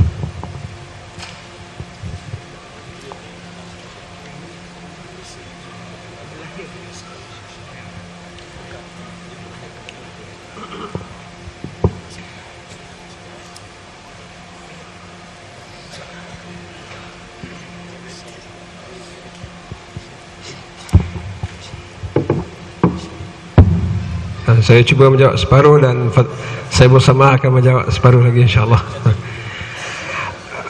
Pemimpin apa sahaja peringkat, daripada serendah-rendah peringkat organisasi yang paling kecil dalam masyarakat, iaitu keluarga, iaitu ayah dan juga ibu, memimpin anak-anak, mempunyai peranan yang penting yang akan mencolokkan keluarga, sehinggalah kepada peringkat kampung, taman, peringkat syarikat, peringkat daerah, negeri dan juga negara. Jadi soalannya, bagaimanakah cara untuk melahirkan pemimpin yang berwibawa, yang akan membawa kemaslahatan dalam negara, yang akan, dan kita percaya bahawa kebahagiaan manusia yang hakiki adalah dengan melaksanakan syariat Allah Subhanahu wa taala. Ini keyakinan semua. Sebab agama yang diradai oleh Allah adalah Islam. Wa may yabtaghi ghairal islami dinan fala yuqbala min. Siapa yang mengambil selain daripada Islam sebagai agama, sebagai cara hidup, tidak akan diterima, dan di hari akhirat dia akan sengsara ataupun rugi. Dan kita percaya juga bahawa dengan Islam bukan sahaja manusia bahagia di akhirat, tetapi bahagia di dunia. Wa ukhra tuhibbuna nasrun minallahi wa fathun qarib. Selepas Allah Taala menjelaskan balasan di akhirat, syurga yang mengalir di bawahnya sungai-sungai dan sebagainya, Allah Taala menyebut wa ukhra, dan ada lagi ganjaran, hadiah yang kamu suka. Nasrum minallah wa fathun qarib, kemenangan daripada Allah di dunia dan pembukaan wilayah-wilayah baru yang tunduk di bawah kekuasaan Islam. Ini bermakna Islam yang kita kehendaki, pemimpin yang kita kehendaki adalah pemimpin yang akan membawa kesejahteraan di dunia dan akhirat. Bagaimana untuk melahirkannya? Tuan-tuan dan puan-puan yang dikasihi sekalian, saya cuba menjawab seringkas yang boleh kerana masa yang tidak mengizinkan. Mudah-mudahan saya bersama boleh menyambung. Jawapannya tidak lain tidak bukan kembali kepada sirah Rasulullah sallallahu alaihi wasallam. Itu keyakinan saya dan keyakinan kita semua. Sebab jalan menuju Allah adalah mencontohi Nabi. Kemudian yang kedua, poin yang sangat penting, iaitu seperti mana yang disebut dalam mukadimah pembentangan tadi, iaitu kita manusia bukan saja sistem, bukan saja luaran peraturan, tetapi juga jiwa, tetapi juga hati, tetapi juga ruh. Benarlah patah Melayu, jiwa dan raga. Kita ada jiwa dan kita ada raga. Begitulah Nabi SAW, perjuangan baginda bukan saja perjuangan menurunkan kewajipan sunat, wajib, haram, harus kepada manusia, kepada para sahabat, tetapi perjuangan untuk membina pemimpin. Buktinya Rasulullah SAW hanya berjuang selama 23 tahun. Tetapi Islam yang dihasilkan oleh baginda memerintah dunia selama 1400 tahun. Maknanya luar menjangkau lebih daripada usia baginda. Ini bermakna perjuangan Nabi bukan saja perjuangan menurunkan halal haram dalam Islam, tetapi perjuangan menghasilkan pemimpin selama 1300 tahun. Oleh sebab itu selayaknya kita lihat masa yang pendek yang ada pada Nabi 23 tahun, macam mana baginda mencipta pemimpin. Ini sangat penting hakikat. Supaya kita nak melaksanakan, kita bukan nak melaksanakan pemimpin dalam masyarakat kita, pemimpin macam tisu, sekali guna lepas tu campak, lepas tu ambil yang lain. Tak. Bagaimana nak menghasilkan pemimpin yang hakiki? Tidak lain tidak bukan, kita mesti pergi kepada kedua-duanya, iaitu kepada jiwa, pembinaan jiwa dan roh, kemudian pembinaan kemahiran, pembinaan kesihatan dan sebagainya. Tuan-tuan dan puan-puan yang dikasihi sekalian, bila Allah Subhanahu wa taala memilih Nabi, Iqra bismi rabbikal ladzi khalaq, dan Nabi menjadi rasul, dan bermulanya tugas yang sangat berat. Bukan saja tugas 23 tahun, tugas menghasilkan pemimpin 1300 tahun. Allah mulakan di fasa Makkah membina jiwa dan ruh. Tidak ada ayat-ayat berkenaan dengan perundangan Islam. Wasariqu wasariqatu faqta'u aydiyahuma, orang yang mencuri lelaki perempuan potonglah tangan. Ini semua ayat selepas 13 tahun, yaitu ayat-ayat yang turun di Madinah. Jalan yang pertama adalah membina jiwa dan ruh. Sebab itu turun ayat Qul a'udzu birabbin nas, katakanlah aku mohon perlindungan kepada Tuhan manusia. Dia bina jiwa dan ruh. Kalla wal qamar, sekali-kali tidak, demi bulan. Bulan pun Allah Ta'ala suruh tengok. Bulan pun Allah Ta'ala suruh tengok. Ini sebenarnya bina ruh.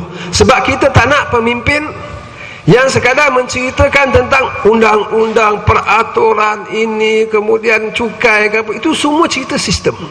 Saya nak sistem, saya rakyat, saya suka sistem. Tetapi saya nak bagaimana anda membina ruh masyarakat, bagaimana anda membina kasih sayang dalam masyarakat, bagaimana anda membina kesedaran dalam masyarakat, bagaimana kita menghubungkan hamba-hamba Allah dengan Tuhan yang Maha Pencipta. Ya, ini adalah, dan tidak mampu dilakukan oleh mana-mana pemimpin melainkan dia sendiri memiliki ruh yang begitu tinggi, dia yang memiliki iman yang begitu tinggi. Tuan-tuan dan puan-puan dikasihi sekalian, kemudian Rasulullah SAW membina sahabat, mendidik sahabat, mendidik dengan iman, mendidik dengan akidah, mendidik dengan akhlak, dan mendidik dengan kasih sayang. Ini sangat penting. Balik kepada lubuk tajuk forum kita sempurna melalui Nabi ini adalah kasih kepada Rasulullah, kasih sesama kita, iaitu menyebarkan kasih sayang dalam masyarakat. Ini sangat penting, sangat-sangat penting.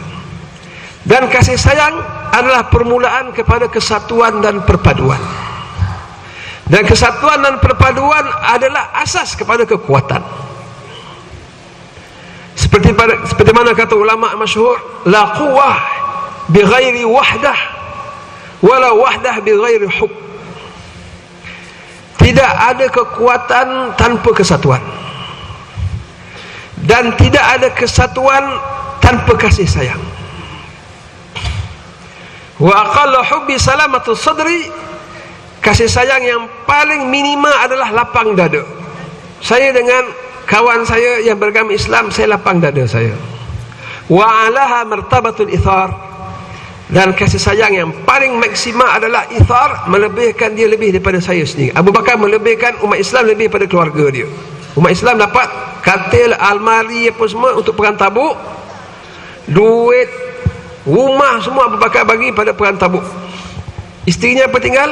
Tak ada, ada tinggal dua je, Allah dan Rasul. Kalau Allah dan Rasul boleh jual pun dia akan jual, tapi tak boleh jual.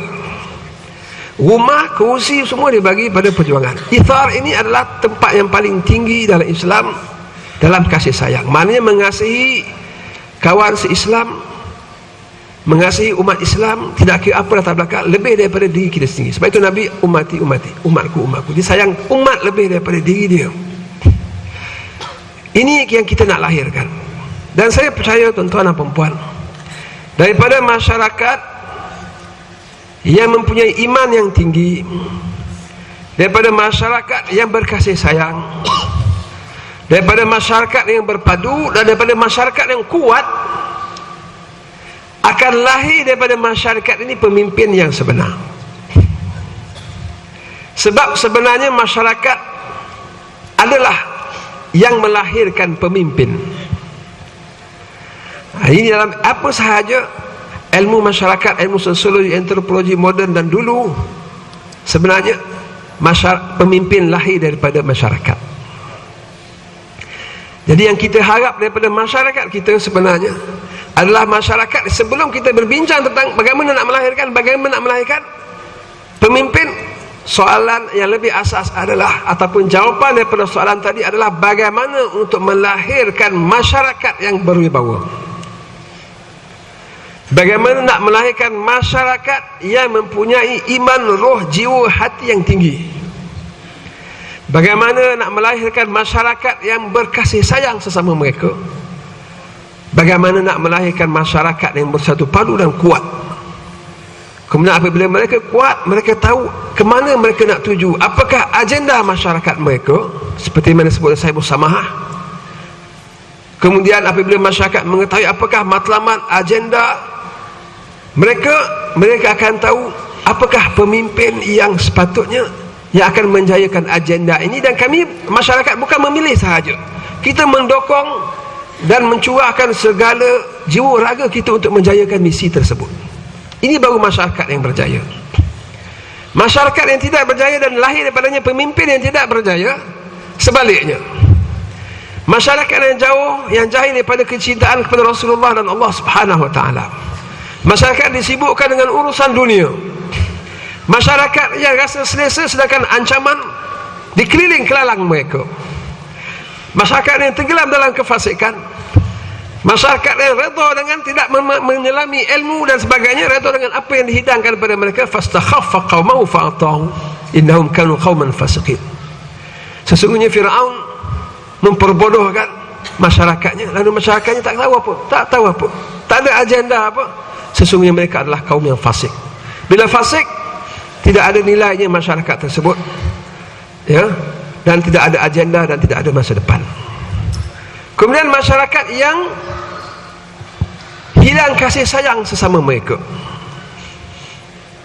masyarakat yang berpecah sesama mereka, lalu menjadi masyarakat yang tidak kuat, akan lahir daripada mereka itu pemimpin yang tidak kuat, apa sahaja.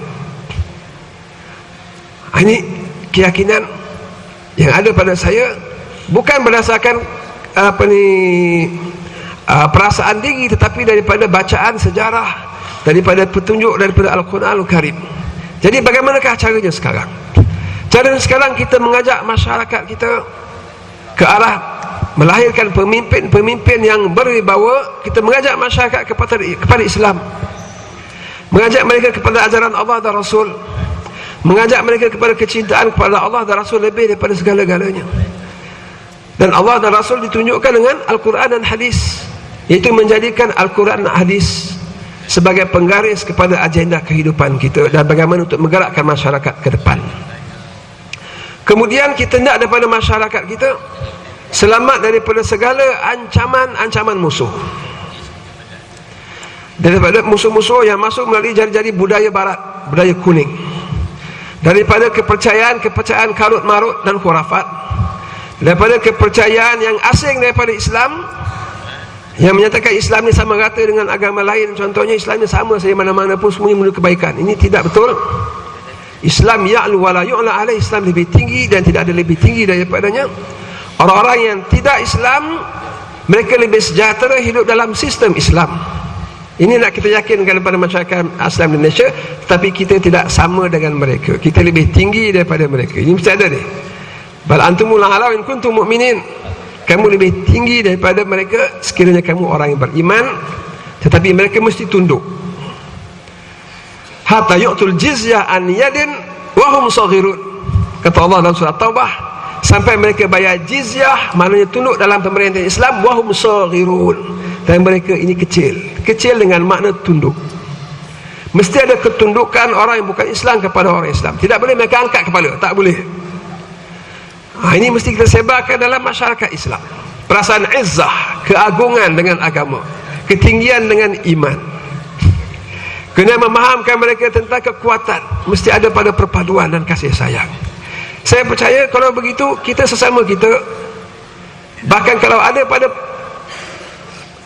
sesama satu kelas, dia boleh memilih ketua darjah yang paling baik. Ya, kawan sesama kelas, kalau dia kenal sesama mereka dan mereka tahu apakah ciri-ciri pemimpin yang baik, dia boleh lantik ketua kelas yang baik. Apatah lagi masyarakat dalam satu daerah. Sekiranya mereka memahami risalah Islam, memahami bagaimana Islam menjadi kuat, bagaimana risalah Islam boleh bawa dengan berjaya, pergaulan mereka di masjid, di surau dan sebagainya, mereka tahu siapa yang paling layak. Wa qul ya'malu fasayarallahu amalakum wa rasuluh. Kamu buat kerja, Allah, Rasul dan orang beriman melihat amalan kamu. Dan apabila dilihat, mereka tahu siapa yang lebih layak untuk memimpin, akan lahir daripada pemimpin yang baik. Itu keyakinan. Bayi yang Melayu akan lahir daripada ibu yang Melayu. Bayi Cina akan lahir daripada ibu yang Cina. Bayi Afrika akan lahir daripada ibu Afrika. Pemimpin yang baik lahir daripada masyarakat yang baik. Pemimpin yang mempunyai agenda, visi dan misi lahir daripada umat yang ada visi. Adapun umat yang tidak ada visi dan misi tidak mampu melahirkan pemimpin yang mempunyai visi. Melainkan mereka nak makan, mereka nak jalan tak, yes. Tapi mereka nak memimpin dunia, mesti lahir daripada umat yang mempunyai visi.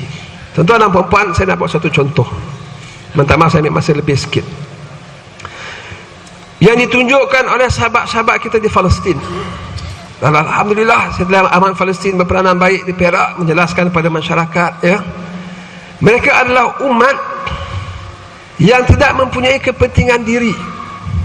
Umat yang telah hampir setiap rumah telah memberi sumbangan anak-anak menjadi syahid, dibunuh oleh orang Israel. Satu masyarakat yang telah diajar oleh Allah Ta'ala saban hari yang kita tengok dalam televisyen. Mana masyarakat yang rela berkorban ni, masyarakat tidak ada kepentingan diri dah. Yang anehnya bila rombongan Malaysia pergi ke sana, tidak ada orang minta sedekah di Palestin. Sedangkan mereka dikepung, tak ada makanan sebagainya, ya. Begini punya masyarakat. Yang kalau pergi kuliah kenara kahwin, ada kemah macam kat Malaysia, mana pengantin? Rupanya pengantin tak ada. Anak baru syahid, dia kahwin dengan bidadari di syurga, buat kenduri. Maknanya umat yang sebegitu, umat yang sebegini, yang melebihkan manusia, orang lain lebih daripada diri mereka. Apabila mereka memilih pimpinan, apabila mereka memilih pimpinan mereka, mereka bukan saja pilih kemudian mereka sibuk dengan dunia mereka 4 tahun, kemudian 4 tahun mereka pilih lagi, buat kerja. Tak, Mereka mendukung, ya, mereka mendukung. Bila masuk Israel, mereka mempertahankan semua mereka. Kemudian apabila mereka diboikot dengan wang, dunia boikot dengan wang, Amerika boikot, duit tak ada apa semua, mereka rela bertahan perut berbulan-bulan tak ada gaji. Ini keadaan di Palestin, buat kerja jururawat dan sebagainya, walaupun tak ada gaji tapi tak apa. Ini bermakna umat ini umat yang berjuang, bukan umat yang memilih pemimpin untuk pemimpin berjuang, tak. Umat yang memilih pemimpin supaya pemimpin memimpin perjuangan mereka. Mereka juga berjuang. Jadi antara jawapan lagi bagaimana nak memilih pemimpin yang berwibawa adalah umat itu mesti berjuang. Di samping umat bersatu, umat berpadu, umat berkasih sayang, umat itu mesti berjuang juga. Akan lahir daripada pemimpin yang berjuang. Kalau tidak, akan lahir berkepentingan ataupun tunduk dengan kuasa besar ataupun apa sahaja yang kita lihat dalam dunia hari ini. Umat Islam diperkotak-katik oleh kuasa besar dunia yang masuk pengaruh-pengaruh mereka melalui tokoh-tokoh dan sebagainya, amat malang umat seperti ini. Tapi insya-Allah kita yakin Allah Subhanahu Wa Taala mempunyai jadualnya.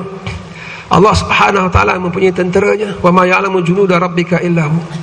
Tidak siapa yang tahu tentera Allah melainkan dia. Kerana Allah memberi amaran kepada sesiapa saja, bahkan kepada kita dan kepada siapa sahaja, kena sekiranya mereka berpaling daripada jalan yang lurus yang dikenaki oleh Allah, Allah latih kaum yang lain yang tidak seperti mereka lagi. Wa tatawallau yastabdil qauman ghairakum. Kalau kamu berpaling, Allah akan latih kaum yang lain, agama ini tetap berjalan dan mereka tidak seperti kamu lagi. InsyaAllah akan lahir dalam masyarakat kita mereka-mereka yang sayang kepada Islam secara tulus, akan lahir daripada semasa insyaAllah yang akan menjadi harapan umat di masa yang akan datang. Wallahu a'lam. Saya jemput saya bersama untuk menambah. Kita setuju dengan apa yang sebut Ustaz Alim tadi sikit. Macam pemimpin yang lahir seperti Salahuddin Al-Ayyubi, Sultan Muhammad Al-Fatih, bila kita kaji semula dia punya peribadi, bahawa memang emak dan ayahnya memprogramkan anaknya untuk menjadi seorang pemimpin. Umar Abdul Aziz contohnya, memang daripada track hidupnya itu adalah lahir daripada masyarakat dan keluarga yang baik-baik, maka lahirlah di sana pemimpin yang baik. Umar Al-Khattab itu walaupun sejarah awalnya, sejarah awal hidupnya itu tidak bersama Islam, tetapi bila ia bersama Islam berjaya untuk dinaik martabatkan oleh Nabi SAW sebagai insan yang ada ihsan. Itu tak kala baginda naik khutbah khatib naik atas mimbar waktu kemarau, antara ungkapan yang sangat masyhur ialah ya batni qurquri aw la tuqurquri fa innaki la tashba'i hatta yashba' atfalul muslimin.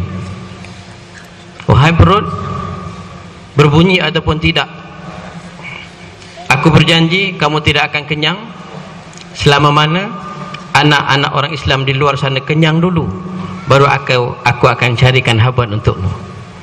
Maksudnya khalifah dia jadi mangsa kebuluran itu sendiri, dan dia memikirkan perut orang lain sebelum perut dia sendiri. Kan sangat terbalik fenomena pada hari ini. Pemimpin di merata dunia, dia fikir perut dia dulu sebelum perut orang lain.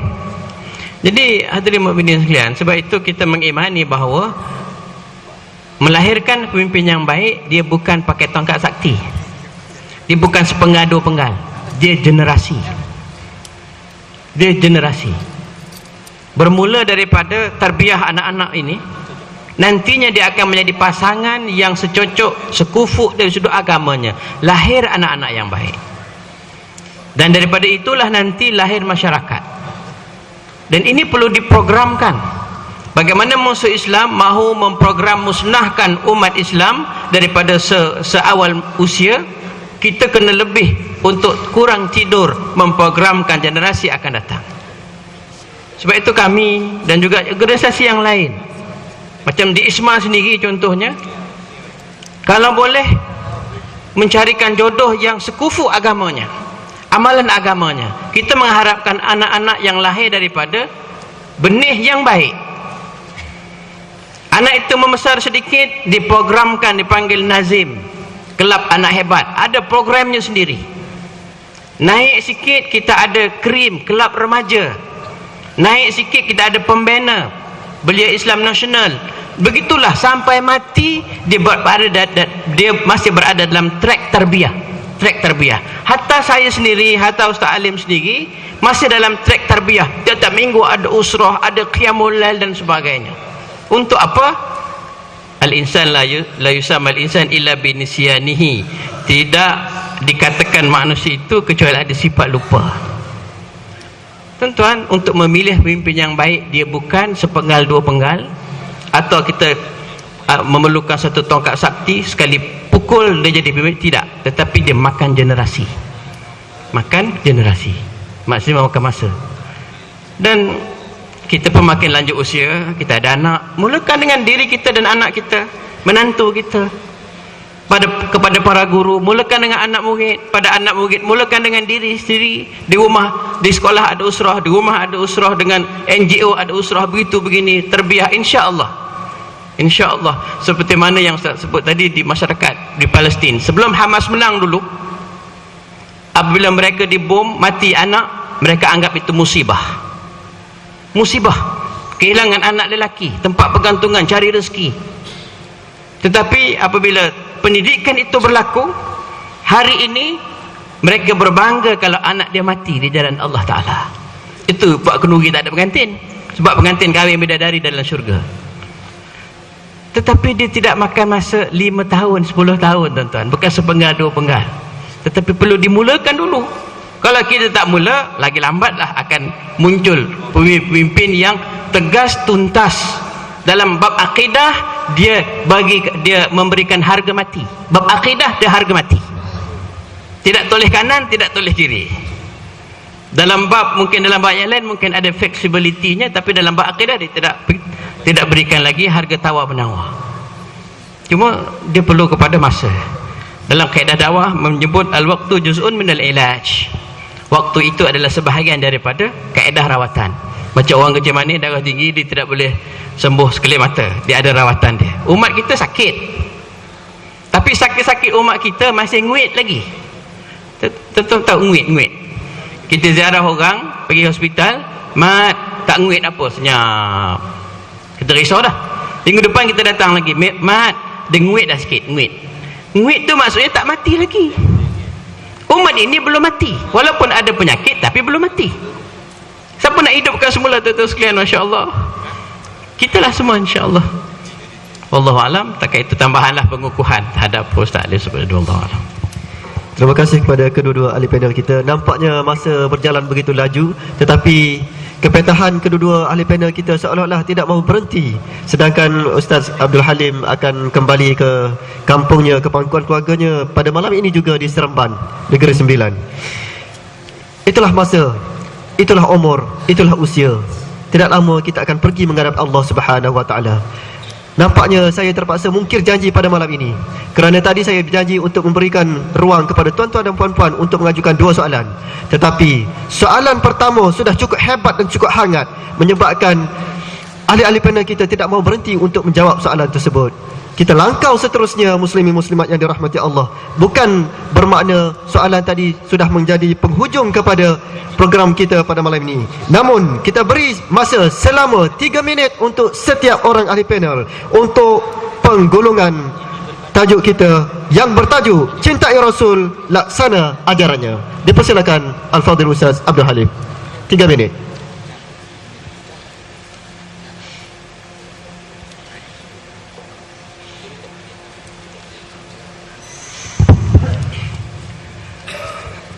Tuan-tuan dan puan-puan yang dikasihi sekalian,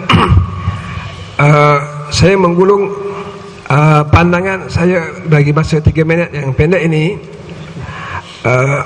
dengan langkah-langkah amali yang boleh kita lakukan. Pertamanya, kita buktikan kasih sayang kita kepada Rasulullah sallallahu alaihi wasallam dengan sentiasa berselawat kepada baginda sallallahu alaihi wasallam. Apabila kita teringat saja kepada Rasulullah, maka kita berselawat kepada baginda. Mudah-mudahan dengan selawat tersebut kita hampir kepada Allah, dan Allah Subhanahu wa taala memberkati kehidupan kita. Kemudian yang kedua, kita mencintai Nabi sallallahu alaihi wasallam dengan memahami perjuangan baginda. Dan memahami perjuangan baginda tidak boleh datang tanpa sebarang usaha. Maka kita mulakan usaha dengan membaca sejarah hidup Rasulullah sallallahu alaihi wasallam sekali lagi untuk diri kita daripada awal sehingga akhir. Kemudian kita menggalakkan isteri kita, anak-anak kita untuk mempelajari sama. Kemudian sekiranya kita mempunyai keterbatasan dalam mengajar anak-anak kita, anak isteri kita tentang sirah Nabi, perjuangan Nabi, maka kita menggalakkan anak-anak kita untuk mengikuti program-program Islam di sekolah-sekolah mereka. Sebagai contoh, usrah ataupun kuliah-kuliah yang diadakan.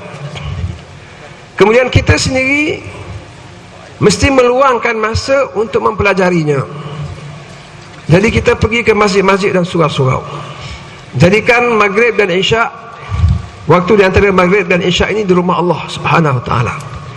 Kalau sebelum ni kita di rumah kita ataupun di Giant, di Parkson, di Tesco dan sebagainya, tetapi selepas ini waktu di antara maghrib dan isyak adalah waktu keramat yang tidak boleh diganggu gugat oleh apa saja program yang lain. Ini untuk diri kita dan untuk anak isteri kita. Pada pandangan saya, wanita juga digalakkan ke kuliah di masjid. Walaupun dikatakan wanita masjidnya di rumah, tetapi majlis ilmu yang fardu ain mewajibkan para wanita juga menghadirinya. Kalaupun ianya dihadirkan di masjid, maka dia kena pergi ke masjid. Tuan-tuan dan puan-puan dikasihi sekalian, kemudian langkah amali lagi yang boleh kita lakukan sempena Maulid Nabi dan sempurna tajuk mencintai Rasulullah sallallahu alaihi wasallam adalah kita berdakwah kepada mereka-mereka yang terdekat dengan kita.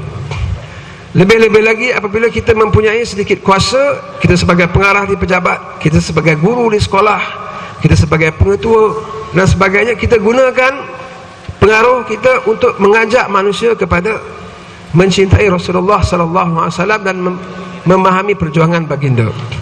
Anjurkan program-program seperti ini di tempat-tempat tuan-tuan dan perempuan. Wajibkan kaki tangan menghadirinya. Berikan kelapangan masa daripada tugas-tugasannya untuk menjayakan majlis ilmu supaya mereka memahami bagaimana untuk mencintai dan mencintai Rasulullah sallallahu alaihi wasallam. Kemudian kita nak lahir daripada itu melaksanakan apa yang kita fahami sebentar tadi, iaitu ruh dalam masyarakat, jiwa dalam masyarakat dan hati dalam masyarakat, iaitu keimanan yang tinggi, kemudian kasih sayang yang mendalam sesama kita, tidak mengira apa saja latar belakang, kerana akidah kita satu, agama kita satu, kitab kita satu, kenduri kenara kita satu, dan dalam masjid juga kita bersama. Jadi menyebarkan kasih sayang dalam masyarakat ini merupakan kewajipan yang sangat berat dan penting, yang tidak mustahil, yang mesti kita usahakan pada masa kini. Kemudian sentiasa menaburkan kata-kata perpaduan dan kesatuan dalam masyarakat. Ini penting.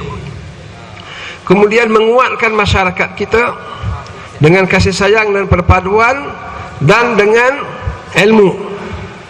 Ya, ini juga adalah tanggungjawab kita.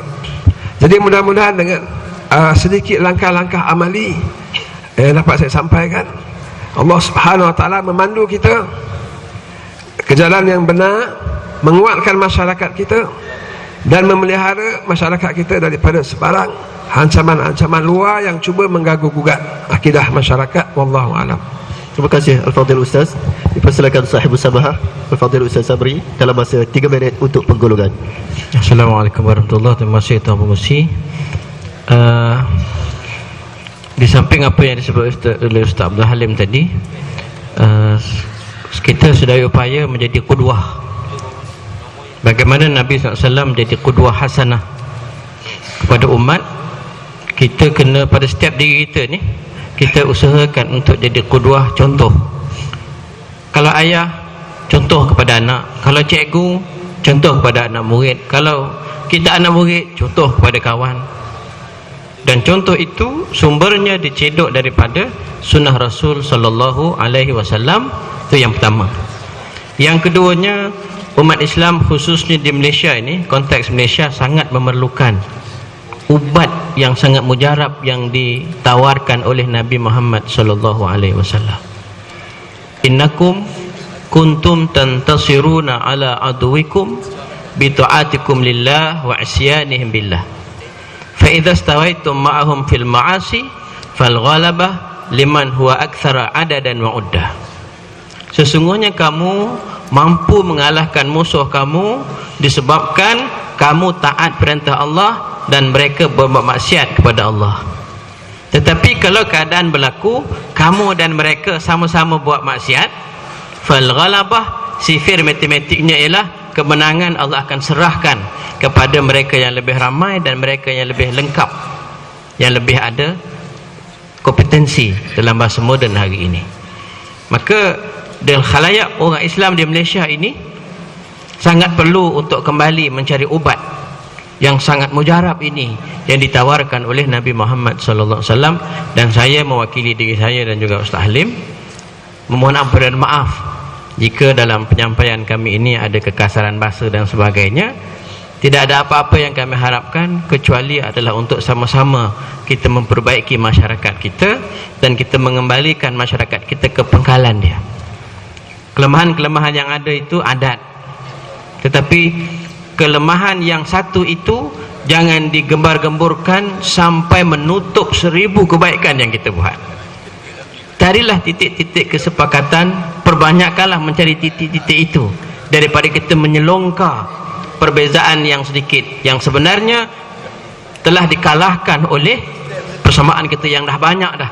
Tetapi kita mencari yang sikit itu, itulah yang akan nanti menjadi barah, akan merebak ke dalam masyarakat yang menyebabkan masyarakat kita tidak lagi ada kekuatan ukhuwah yang akan menjulang agama Islam itu sendiri. Aqulu qouli hadza wa astaghfirullahal azim wa lakum. Assalamualaikum warahmatullahi wabarakatuh. Terima kasih diucapkan kepada kedua-dua ahli panel forum kita pada malam ini sempena sambutan Mauludur Rasul yang dianjurkan oleh Masjid Umriyah Kuala Kangsar dan Ikatan Muslimin Malaysia Cawangan Kuala Kangsar. Untuk mengetahui muslimin muslimat sekalian, jika ingin berhubung dengan Al-Fadhil Ustaz Abdul Halim, inilah jalanku, nama web beliau. Dan untuk berhubung pula dengan Al-Fadhil Sahibul Samah Ustaz Zamri bin Hashim AMP, maka jangan ke mana-mana. Pastikan anda sentiasa berada di hadapan kaca TV. Sentiasa bagi beliau muncul di kaca-kaca TV, di rumah-rumah anda dan juga di corong-corong radio Perak FM untuk komerja. Muslimin muslimat yang dirahmati Allah sekalian, setinggi-tinggi terima kasih diucapkan kepada barisan kepimpinan Masjid Umriyah Kuala Kangsar, kepada barisan ahli jawatan kuasa kerja sambutan Majlis Maulid Rasul pada tahun ini, dan sama-samalah kita menghayati sambutan pada tahun ini. Sayangi Islam yang suci, jauhi diri kita daripada pemikiran liberalism, pluralism, normalism, Syiah, gerakan Kristenisasi dan sebagainya yang meracuni pemikiran umat Islam dan menjatuhkan martabat umat Islam di hadapan Allah Subhanahu wa taala. Untuk itu, sekian saja forum kita pada malam ini, dan segala salah dan silap saya mohon maaf daripada tuan-tuan dan puan-puan muslimin muslimat serta hadirin dan hadirat sekalian. Kepada Allah jua saya mohon keampunan. Aqulu qawli hadza wa astaghfirullah li wa lakum.